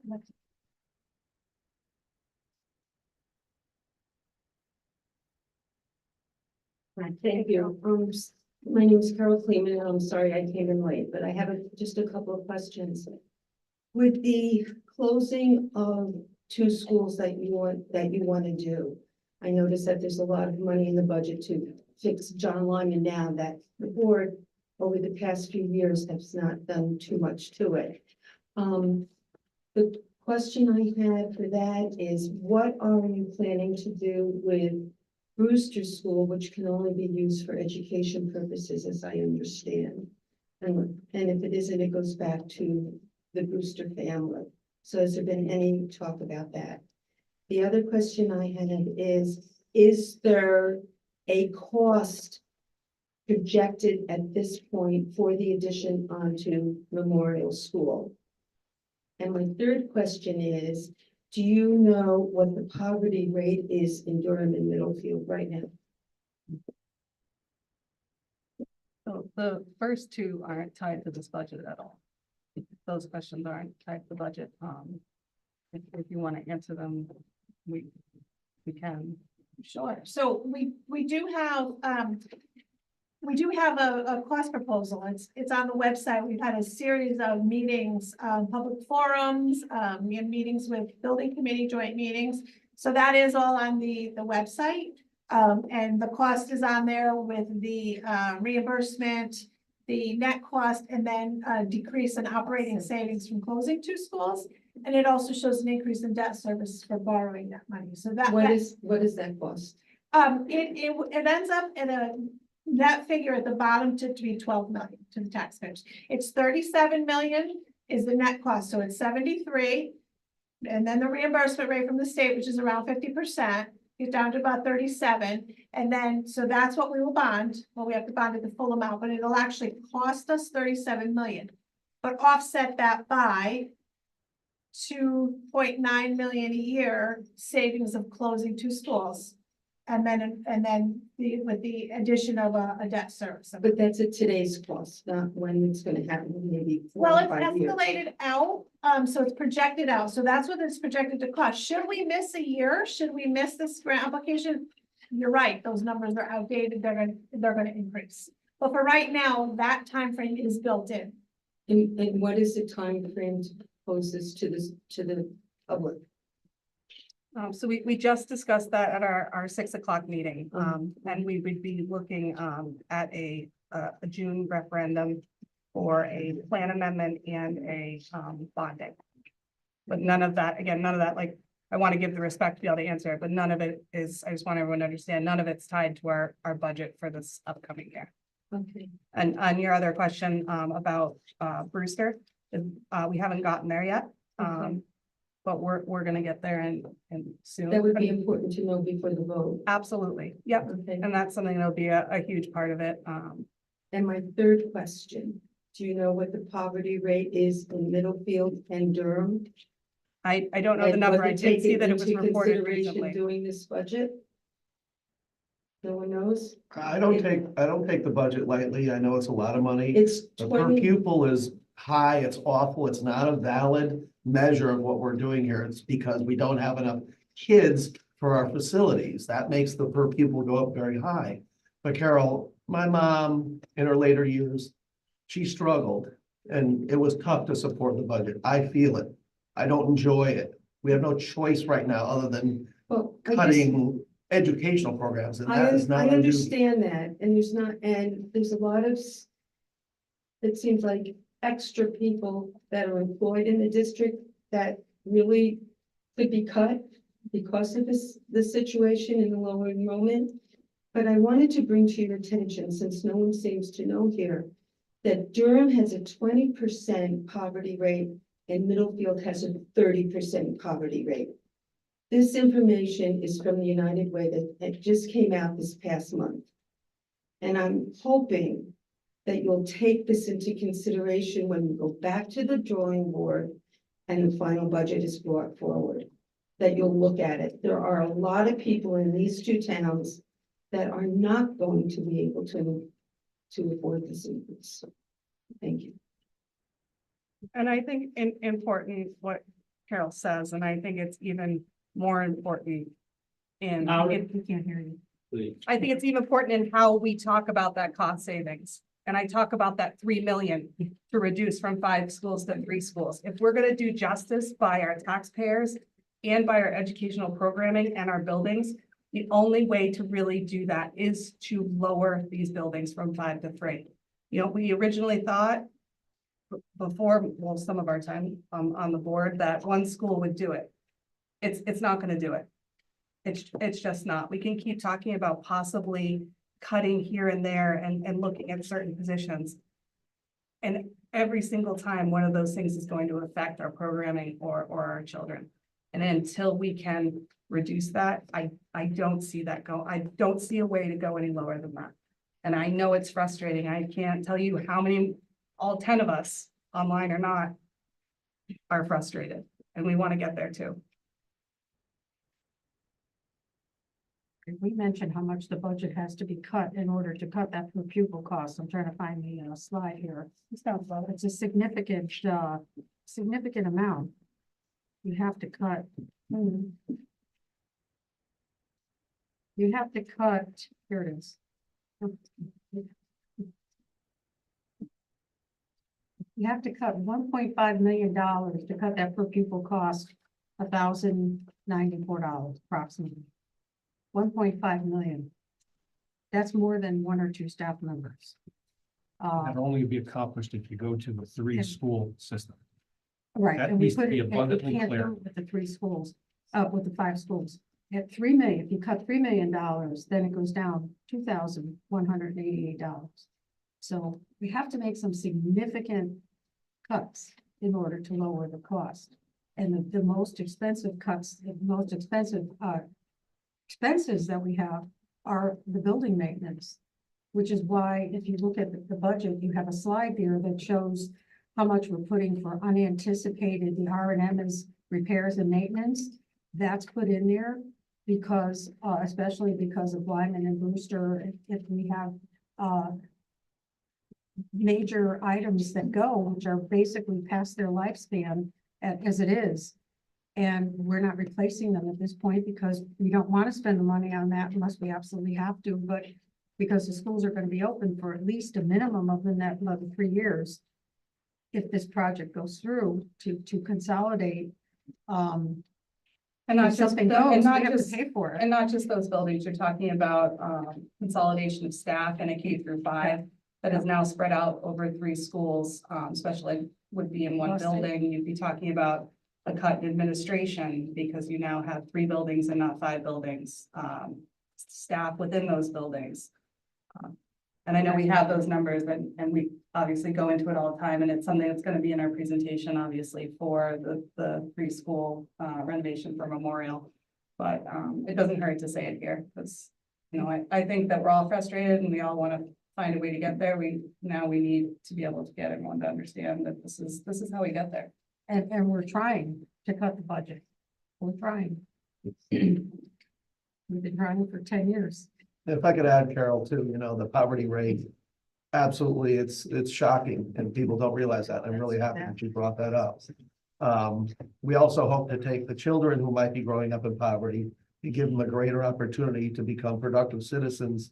So education is the way to do that, as we well know. So we've got to do what we can in that respect, because, you know, we need taxpayers in this world. Yes, this is true, but it's also about just elevating our society so everybody can be productive. Do we have any other in-person comments or questions? There's no one online. There's a few online. Oh, Carl raised his hand. Carl, go ahead. Let me see. I might have to allow you to. I gotta ask you to unmute. Good evening. Hey, Carl. Gonna bring up a sore subject, Mhm.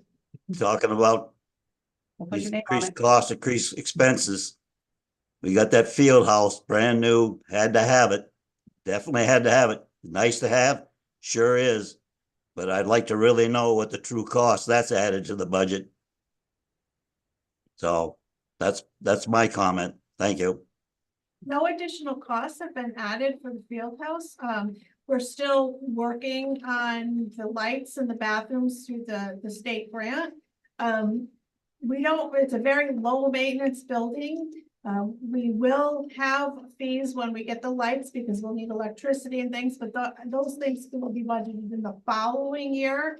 It might take up a little bit of our electricity this year. In terms of just cleaning it and maintaining it would just fall under, our maintenance position, which is, another endorsement for having an in-house maintenance person who can take care of all that kind of stuff. I understand that, but every little bit counts, a little bit here, a little bit there. It all adds up, and it's all coming to a head right now is what I think part of it is. Thank you. Thanks, Carl. There also needs to be a realization that there's gonna be revenue that's gonna be generated by the field house and the field itself. Once you're able to have events there and be able to rent out the property, because now you do have lights and it's under CIAC. And it allows you to rent it out, and that is going to bring in revenue that will take care of that whole facility all in itself. And I was never in the camp of that field house for forever. And when I started seeing the morale building of those games out there, especially when the lights happen, it involves students from all walks of life. Some students are just not good in the classroom. And what makes them good is knowing that they have that sport to look forward to, and they're going to try harder in class so they don't jeopardize their ability to play on that team.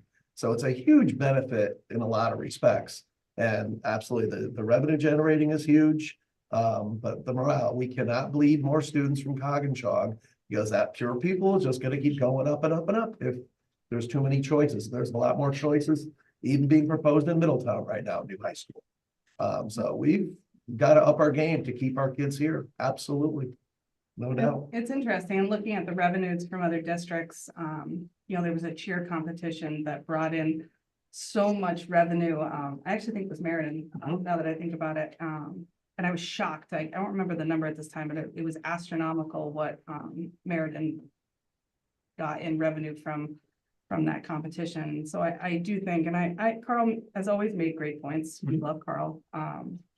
I think that we just need to really be careful and look at where does our revenue offset anything that building needs, and be careful of it, and every year and keep Carl's voice on our shoulder. Right, and to your point, it's not just for athletic purposes. There is band competitions that they have cheerleading competitions and several other non-athletic events that occur under lights on fields like that. Not to mention the opportunity for musicians to play and show off what they can do. That's potential opportunity for them in the future. Art students get involved with making posters, celebrating the senior day. Hey, look what we painted a break. I mean, it's really moving when you see all that. It is worth any expense, but it's not an expense because we know there's revenue going to be generated, especially with those lights. And I think on that, there's a lot of community building too. When we look at the lights being able to go up, I can't tell you how many of the non-profits in the school athletic feeders for the younger ages are excited to collaborate and be up on those fields with the older kids, and hopefully have a lot more collaboration than we've ever had. And it might improve our feeder programs into our athletics as well. So absolutely. Carl's hand is still, I'm glad to have you talk again, Carl. Thank you. Is there any other comments online? I only see one, but I don't see their hand raised. If you're able to unmute, just unmute.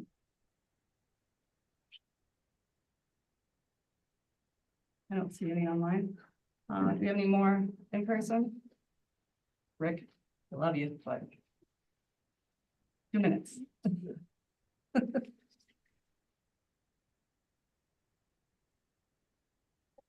With regards to the future of athletics and its importance, it is an important part of the educational program. And just think when they leave here, they go to the University of Connecticut, the three highest paid people in the state of Connecticut are the football coach and the basketball coaches, millions.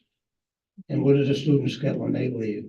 When their eligibility is up, next one, you're just building their program.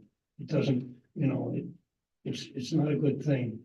The revenue the state is looking for from gambling and cannabis and the lottery, and we're going down the wrong road. That's not the way to get there. Jet engines, locomotives, cars, things like that, metal boxes. The other thing that's missing is, one time a board member was telling me, well, we voted to take down Corn School. Okay, $900,000, $1 million, we're gonna take it down. He didn't acknowledge the fact that he didn't have the money. It was like it was a done deal. It wasn't a done deal. And in the end, the town of Durham took it over. So there's a liability you didn't incur, but we didn't see it. There's also out here a nice water line, and you'll reap the benefits on your insurance policies when you get it connected in the domestic water and the gas, Where's the benefit for the public for all these things? But where's the benefit for the Durham side? As a matter of fact, there was a solar farm going up out on Johnson Lane, and the first selectman was saying where it was somehow the town was going to get some funds out of it, and some of it was coming to the school system. I said, is the school system going to take the money off the assessment for the town of Durham? I doubt it. I doubt it. But people get away with murder.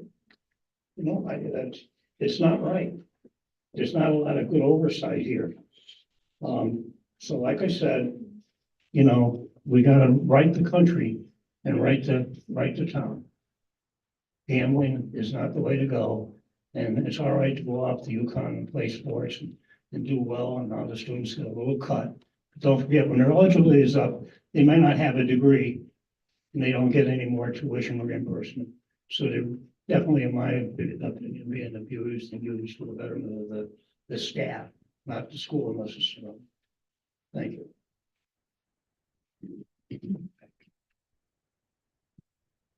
Any comments by the board? Any more comments? No comments online.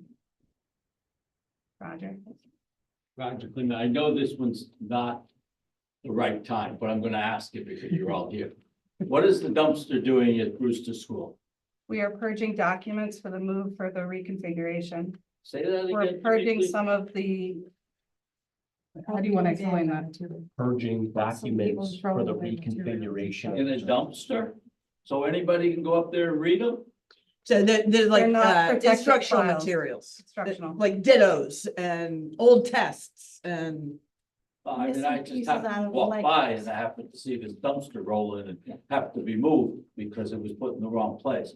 But I was just surprised that at this time of year, we're putting the dumpster there. I figured you're gonna pull the roof down or something, or throw the furniture away. No, the board actually suspended a policy to allow the teachers that are going to be moving from schools in the reconfiguration to be able to purge some of the things in their classroom. And so there's a dumpster at Brewster and Lyman.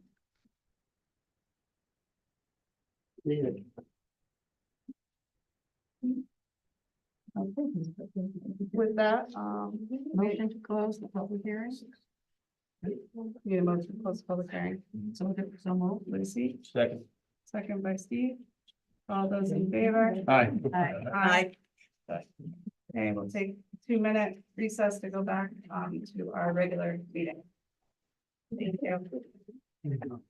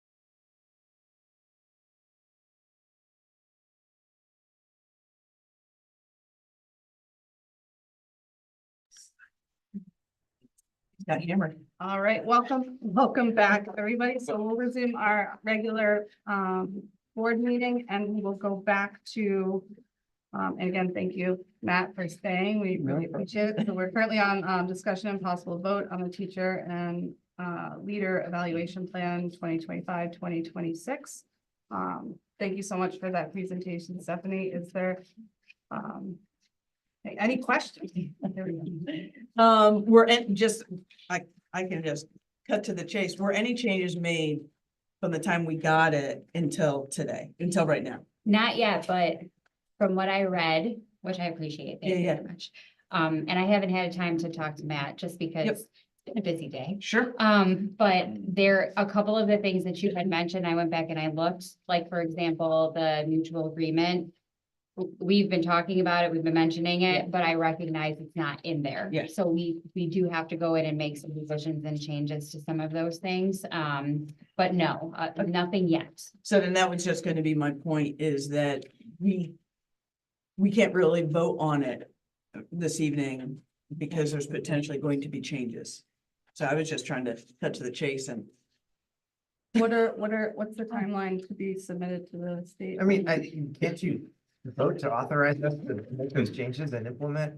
I don't feel comfortable doing that without seeing the streamlined version of the rubrics that are mentioned, and the state's gonna wanna see them too, right? When you mentioned streamlined versions of the rubrics, you're gonna need to submit that with the state. I'd like to see how you streamlined it. So that they're not really, the only thing that's different about them is we took out the 4-3-2-1. And instead we have them labeled so that it's not a rating, it's more like, I don't remember exactly, I can pull them up, I have like 13% like in my computer. But it's more like, we changed the wording, again, the wording, that was like one of the big things for us, but we changed the wording on those documents and we got rid of the numbers 4-3-2-1 and instead labeled them as right here. Yeah, right here. The 4 being the higher end? Yeah, of the so rating? right now, the way that it works is we're rating everybody using that 4-point scale. So 4 is your exemplary and 1 is below. So we got rid of the 1, 2, 3, 4 on those rubrics. They're exactly the same. We haven't changed any wording. Instead of a 1, it's now to be enhanced. Instead of a 2, it's called growing. Instead of a 3, it's competent. And instead of a 4, it's masterful. So that's all we did with those rubrics. I would say then don't use the word streamline, because like as somebody, like I interpret that as, what did you do to it? Like you took some indicators out, some elements out, whatever.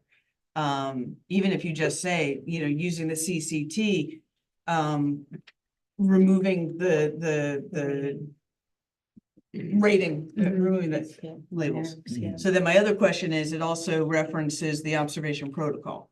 And I would like to see the observation protocol if we're going to approve. Where does it reference a protocol? I'm sorry. That's fine.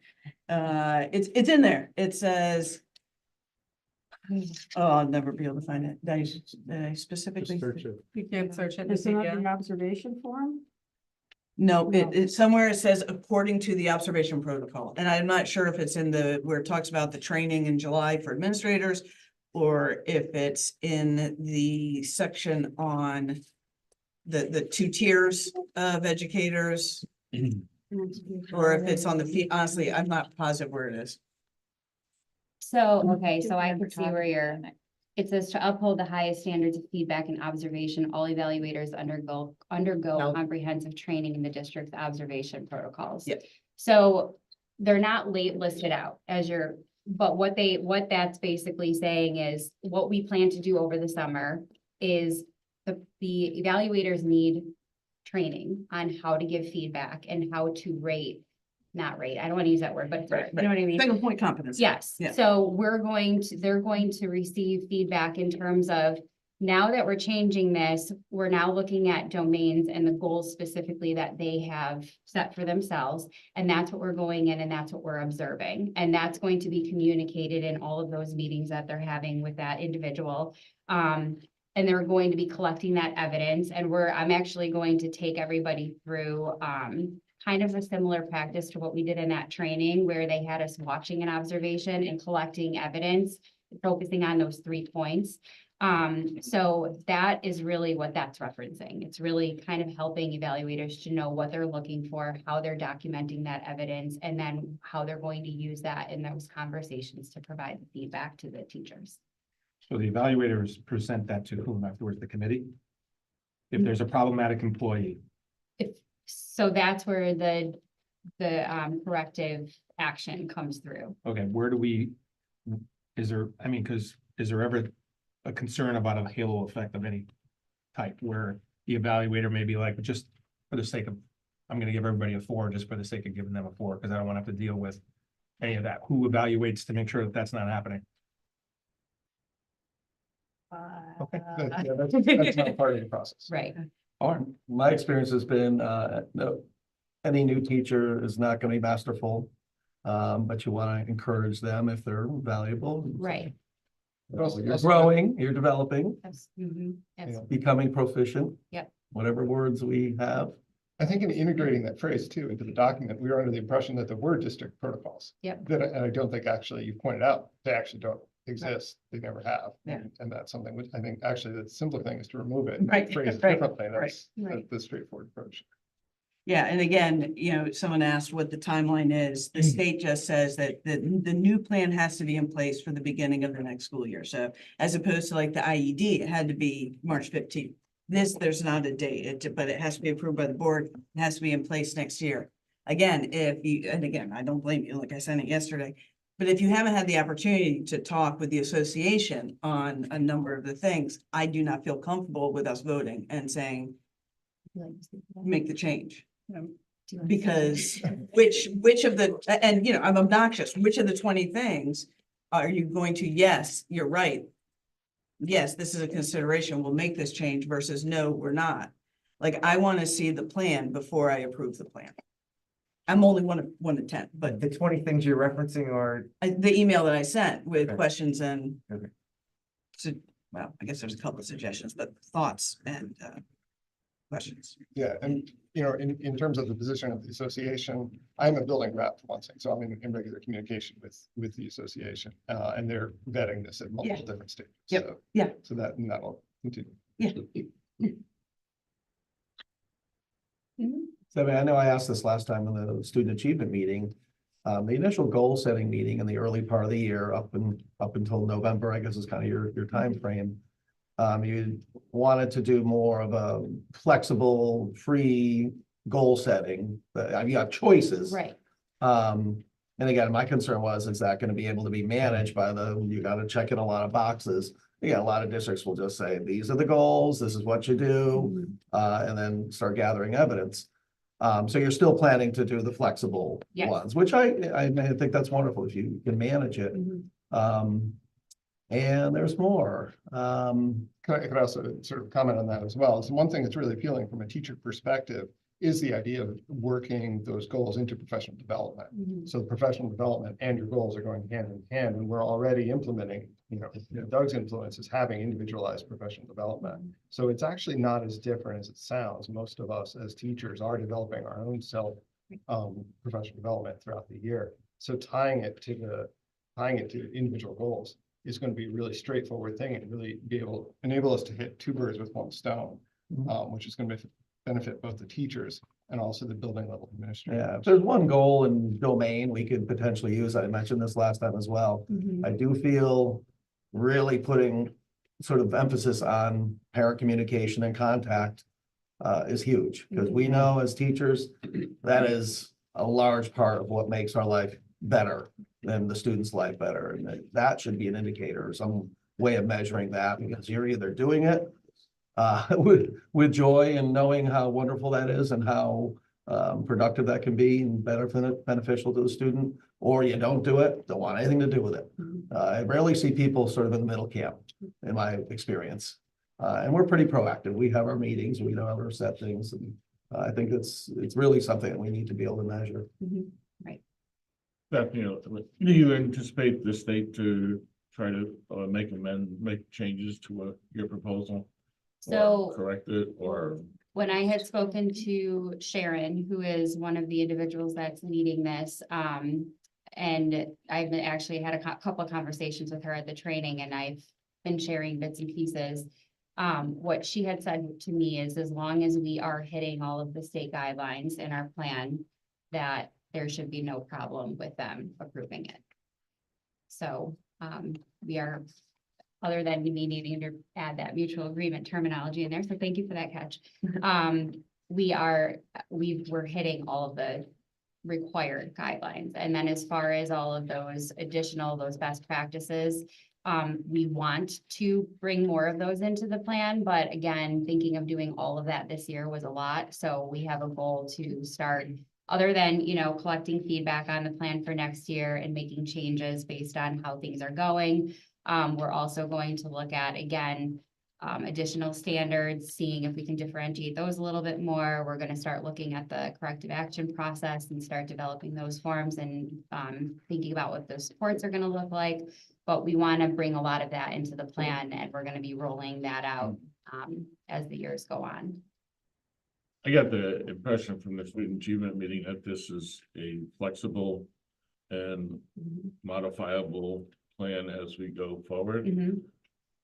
And maybe Linda's issues are, I didn't read them as that killing issues, but it just seems like, if we're gonna make adjustments, we should have the ability to make the adjustments. And I'll say the one thing Hill, that I'm willing to die on is using the word corrective for the tiered support, because it's not supposed to be remediation or. Which you brought up a very Yeah. good point.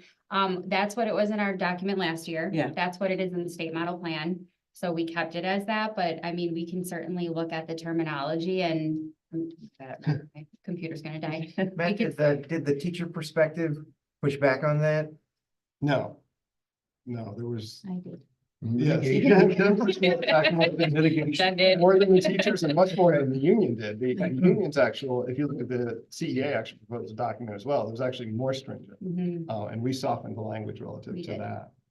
But we can even go back and look at the title and, because you even had brought up, I thought you brought up a good point. Again, Matt's hearing all this for the first time. We usually talk a lot, but today was, you also brought up a good point about the, phase one being called the initiation phase. And, we can look at it as maybe we can call that the foundational state or phase or, something, because like you said, that goal setting language is, I like the term initiation. It's just, it wasn't it wasn't consistent in the document. But Back to the observation protocol, we have the observation form. Yes. That's linked in there. It is linked in there. So yes. is that It's pretty That's what similar to you what guys they're would gonna be, say. yes, yes, the form instead of the protocol? right, Should be form. instead of protocol. Stephanie, to Linda's question, if we put this off till next month, what does that do? So the reason why we were kind of eager to getting this done quickly is because we want to be able to bring it to the teachers. And with everything they have coming up in the months of May and June, we felt that if we were able to get it to them shortly after spring break, before May, before testing started, before they really get into moving, then they can kind of take a look at it and we can start providing them with professional development on it now and just training and what it looks like, what the plan actually entails. And then the goal would be for August for us to actually go through the forms, what the forms look like, how to fill the forms out, where they're going to be getting them from, how they submit them. So that way we're kind of keeping things separate and not overwhelming them with everything all at once. Could we incorporate that vote on the April 15th meeting? I wouldn't see why not. Sure. Because that puts us before, right after spring break. Why not? But it allows some time to make some changes and have a full so that we can consensus. I vote would- on the actual Yeah, document. I would just like to see a full With full support of the document and next not week like. being spring break and that being the Monday after spring break, will there be adequate time We for have PDEC time to to meet. reconvene? And had to mention that. Yeah, because is that Monday 15? Yeah, it's the first day back. Well, we have to make a decision on whether we need to get our subcommittee together Right, for this. change. right. If we had to pull another remote meeting, we can pull another remote meeting. That would work. I'll defer to Stephanie on that, whether it's worth it to buy another week or two or whatever. can't you give the staff the draft? I mean, we can give them the draft if it's not gonna be changing significantly. I know they don't like change, but. The point is to get their feedback, then it might be good to have that before you went back to PDAC. Before they change. Yeah, Right. but I think wholeheartedly, we do support it. I just think that there's a few things, and again, I wouldn't want to vote where a couple people or one didn't support it. I'd like to see a full support from the board, so. If we can get that, if we can get some of those questions and changes made. So we can work with Doug to try to find out a time for an approval on that. That works. Yeah, either that or it just defaults to the May meeting. Okay. We talked a little bit about that beforehand, but I wanted to have the opportunity so you all knew what that month might mean. Well, Stephanie, I'll let you and I touch base tomorrow. We'll come up with a We plan. will. We already have some meetings scheduled. And if there's a way to shoehorn it into the 15th, that's there. Right. If not, can. we'll make ourselves available to get it done. Yeah. We're not trying to hold you guys up any longer. We just want to make sure that those couple things are checked and Absolutely. awesome. Did you have something? Yeah, Oh, you're I might be right. confused, but you talked about the early support for new teachers to the district, Mhm. and I include the reflection piece or self-reflection rather. Yeah. Is that the team? So I'm it not, can I'm be. sure, is it intertwined together? The 3,000 word? It can be. We again don't want to force anybody to do anything that they don't want to do, but it will be discussed and encouraged that if they are in the team process and they have to set those goals for their modules, that they can and are encouraged to use those goals for their plan as well. So that way, because, and I did both when I moved to Connecticut, and it was a lot to have to do I just team. fear at the beginning of the school year when there's just so many other moving Right. parts going on to Right. just get situated, that it might be a little too much jumping the gun. Absolutely. I found that in our district, we weren't terribly prepared to do it at the beginning of the school year, didn't get around to it for new teachers until January. And that was okay. That was kind of good. You were refreshed from your Christmas break. It was like, okay, now we'll get this done. Right. But I understand how it needs to be intertwined with your goals and the reflection and all that, but Mhm. maybe not just pile on too much right in the beginning. Absolutely, right. All right, with that one, we will go from C up to A. That's good. No, thank you. Thank you, Matt. Thanks, guys. Enjoy the rest of your night. Stay safe. Stephanie, thank you for all your hard work. And I know you're working hard with everyone and it's a team effort, but we appreciate it. A vote on teacher non-renewals. I'll hand that to Kevin before we make a motion, just have him explain that really quick. Okay, so according to Connecticut state statute, teachers who are non-tenured, who are going to be non-renewed, need to be informed, and the board needs to vote on their non-renewal by May 1st. So for this meeting, traditionally, on an annual basis, this is the meeting that basically we vote to non-renew, or the board votes to non-renew for non-tenured teachers in case the budget doesn't pass and we are required to make staffing cuts. At that point, it's just a formality in order to say it. So I know it always sounds, that's why I always have Kevin say it. Cause I remember hearing it last year. I'm like, oh God, it's so terrible. So what I'll do is, move that the contract for the employment of, this has really got work on these, Catherine D. Martino, Michael Brady, Heather Almodovar, Sherry Ferreira, Lori Clemente, Nicole Coolin, Mark Shauna, Heather Prente, Hillary Soroy, Victoria Abalafia, Carly Ellman, Jessica Bacola, Amy Ryan, Michelle Seward, Shauna Johnson, Jeff Landry, Brianna Tosto, Amanda Romano, Marjorie Bruce, Christine Fournier, Sarah Sportelli, Gloria McClure, Delia Falcon, Kara Kilroy, Kara Urso, Erica Flanagan, Laura Mangillo, Ashley Schwartz, and Polly Amigdala. And then the last, not be renewed for the following year, and that the superintendent of schools is directed to advise each of the persons in writing as of this action. So basically, those are non-tenured. That's Yeah. correct. Yeah. And all of the non-tenured. Yes. You need someone to make that So, motion. yep, I need a motion. I'll make that motion. Actually, I think I did, because I Oh, moved you it. did. Okay, Yep. so one second. Lucy second. Any discussion? I will do a roll call on this. Members online. Amanda? All those in favor? Aye. Bob? More I. Jason Stone, I. Lucy Petrella, aye. Lindsay Dahlheimer, aye. Jamie Roback, aye. I'm an own eye. Linda Darcy, I. Steve Delvecchio, I. No one else online, so none opposed, none abstained, motion passes. Thank you. Move on to B, vote on healthy food initiative and food exemptions. I believe Lucy has that one. Okay, there are two motions. I'll make the first one. It's vote for participation in healthy food option of the healthy food certification pursuant to CGS section 10-215F. The Board of Education of Regional School District 13 certifies that all food items offered for sale to students in the schools under its jurisdiction and not exempted from the Connecticut nutrition standards published by the Connecticut State Department of Education will comply with Connecticut nutrition standards during the period of July 1st, 2024 through June 30th, 2025.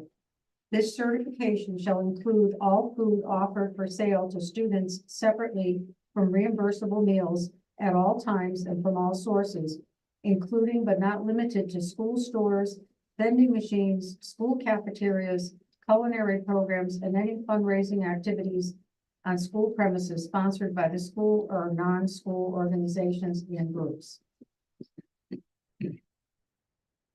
That's the first Do we need a motion. second?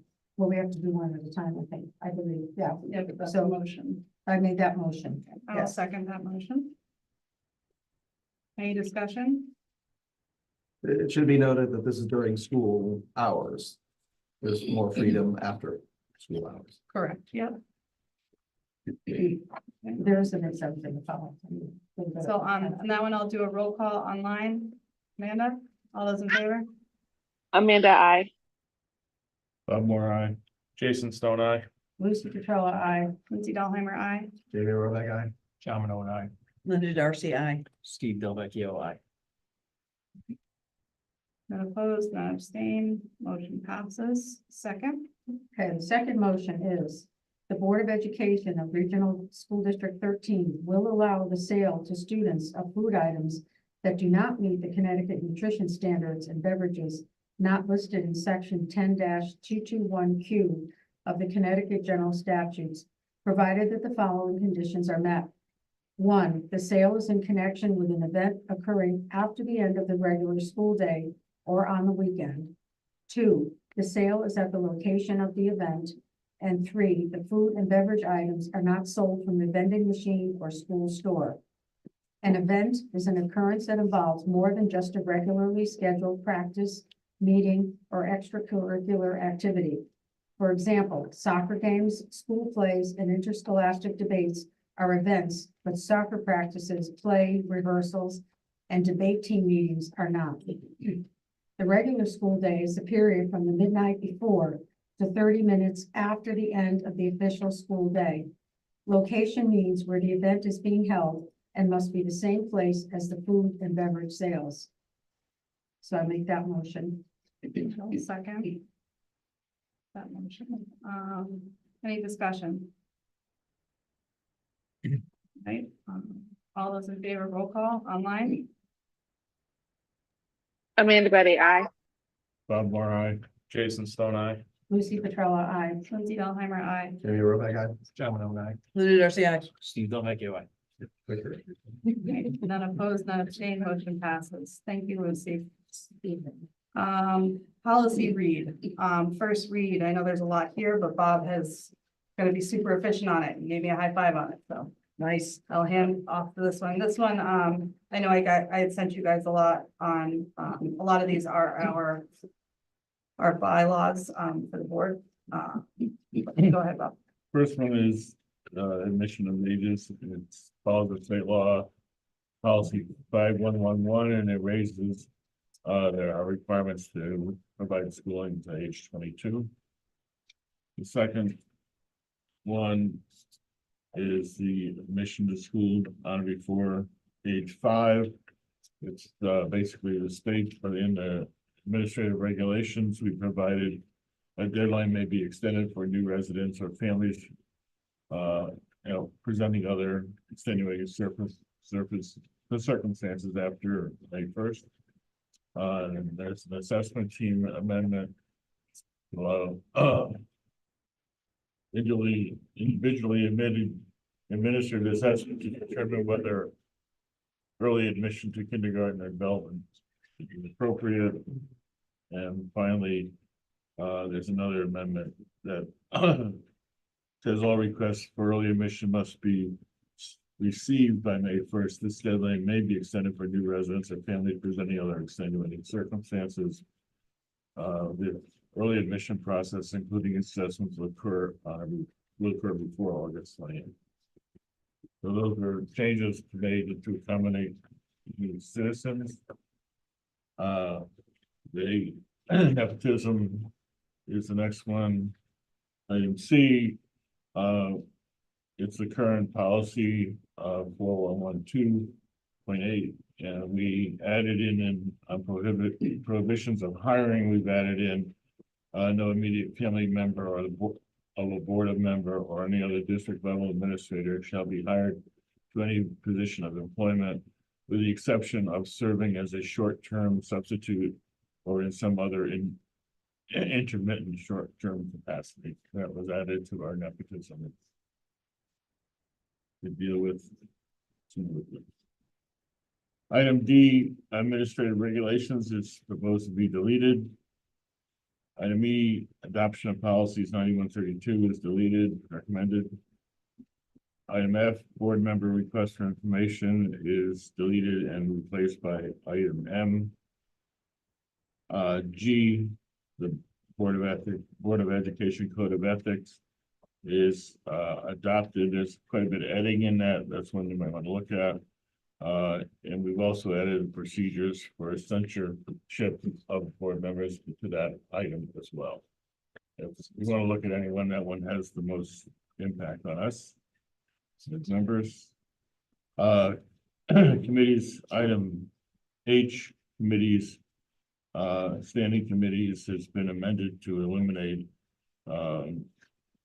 Education Resource Committee, lists the other 3 remaining and adds in other committees. We'll get down to it. Special committees of the board, item P, is added in to the list of committees. Item I, community member participation, that stays the same. Conflict of interest stays the same. K, policy and regulation system 9312 is the same. And item I, policy information 9311 is deleted. M, request for information by board members. That's the new F. That's the one we added. Replace the other one. Item N is the role of board members. It's a new Shipman version, and it's the one we're recommending to adopt. It also will replace the one below it, B, that will be deleted. O. I know, yeah. Yeah. And on P, special committees of Board of Education, that was added to the item on committees under H. And Q, the suspension policy of the board is deleted and it's replaced by R, suspension of policy by bylaws or regulations by Shipman, which is the new one. That's it. Good job, Bob. Wait, we're done? Yeah. Nice. On policy. And then policy committee meeting, did you that. just gave the report Yep. there. And luckily we do not have to do the student achievement report, because the only thing we got to was the teacher evaluation, which we just had.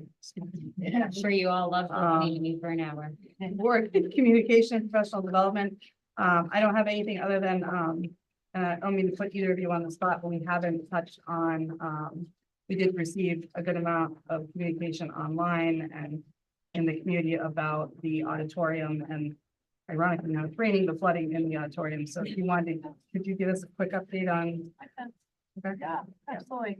I should have a timeline, but we had free water events in the auditorium.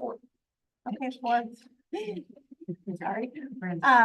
That the most significant one, obviously being the one that delayed the play, or postponed, canceled the play, and postponed National Honor Society and a sports banquet, an end-of-the-year banquet. What was discovered was that there was an inlet, and Bob, again, my engineer friend, that I guess we didn't really even know was there, and it was overgrown, it was filled with sediment, it was just totally blended in with everything. So we tried to be proactive after the first three, I guess, floods, sandbags, and trying to watch, doing hourly building checks, and to make sure that if things got bad, to get right in there. The last day of it, the day of the play, the water was actually up to the door, but it was being controlled. It was actually coming up from the bottom of the auditorium now, from the concrete floor. So that's where it was determined that it was not just that catch basin that we had cleaned after maybe 3 rain events. That was cleaned, but that still wasn't enough. The whole parking lot, student parking lot, gravel parking lot, completely flooded. So heavy equipment was brought in, and all that was cleaned out, the whole inlet, the outlet. It's got a delineator, I learned that. Delineator just will mark it for us in case it ever gets overgrown. But again, this goes to preventative maintenance, right? This was nobody's fault. It's probably been there 50 years, right, Bob? But it got overgrown, and just over time, no one knew it was there. It's been completely cleared. They did a phenomenal job.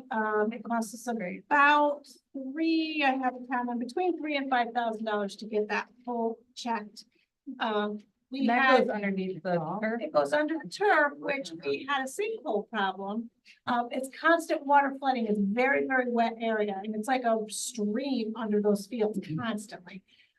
We had the air tested. We had tested for mold. We came back, no mold present, and we had the Durham building official out to check the stage. No structural damage. So water barely touched the cabinet on the stage. It was more down on the carpet area, but we have another rain event, but we have cleared that inlet and that outlet, and so we're hopeful that took care of the problem. You guys will be looking now at the structural issues with that concrete, or? Oh, yeah, we've had that looked at by the building inspector. Say that again, what was the question? No, and that was because of the quick action of the custodial and facility staff, which I want to thank all of them. They came in and they were amazing. We had other people helping us as well, other staff members, and we have carpet sanitizing machines. So not only did they pull the water out, but they were able to sanitize the carpets. So we are. And despite the video that was online, everyone thought that at that current time, that's how much water was in there. Unbeknownst to anybody, they had already worked their tails off to get the water out, and there was no standing water by the time I had actually seen it online. Out of me. As soon as they saw it, they went into action. Right. So, and then we had people out in the parking lot trying to figure out what was going on out there and why it was coming over here. So everybody responded quickly, and they really, had we known that before, after the 3rd flood, we would have certainly done that, but we didn't know it. So. It also carried the silt from where all the millings were placed and the other thing. Thank you. Yes. Help clog it. There's also a certain piece left under that green fence that's at the end of the paved parking lot. There's some standing water behind it, and it needs a revised drainage sticks to move that over to the other pipeline. Because that's a sheet flow. You can see it coming down the parking lot right and now. if that's the same thing Eric was talking about, he was saying that that's state property, there's state property back there, and he needed to do some work with that we're not allowed to get on there and Yeah, do but it, so we he can needs do to a get. little bit on our side. Yeah, I mean, there needs so to he's be, aware of that. yeah, that's very wet behind it right now, and probably because we had 10 inches of rain this month, last month, but that needs to be, fix that as well. That could be drained over to the pipeline. The pipeline is 36 inches. And you want to have a nice, it has a very beautiful head wall that was built back in 1970. If you want to earlier and you want to take a look at it, it's pretty. So regretfully that happened, certainly we knew we would never, we thought the proactive measures we were taking by monitoring the water at that door where it originally had come in was the problem. It turned out to be a big problem. Any idea when they're rescheduled? I don't know. Yeah, and we haven't heard yet with National Iron Society induction or the sports banquet when that's gonna be, and hopefully we hear that soon, so we can plan for it. They're working on it. It's, the kids that are all involved in these are now involved in other things, and so they're trying to do it to where it doesn't impact anyone's ability to perform in an arts or, athletic event. Even a big question I had asked when all this happened and the play not being able to do the last performance, and a lot of the information I received, and I really even realized a lot of it's tied to like contracts and the props and renting the props, and immediately those go to another district right afterwards. So unfortunately, we weren't able to move that to a different day in order to do it. But I think the staff did a really great job in honoring the kids on that night that they were able to, and understanding, because it really was out of our control if that was unfortunate, but. Sad I didn't get to see it. I would have seen it that night, but the ones who did see it on Thursday. That's all I have. We could move on. All we have left is 12.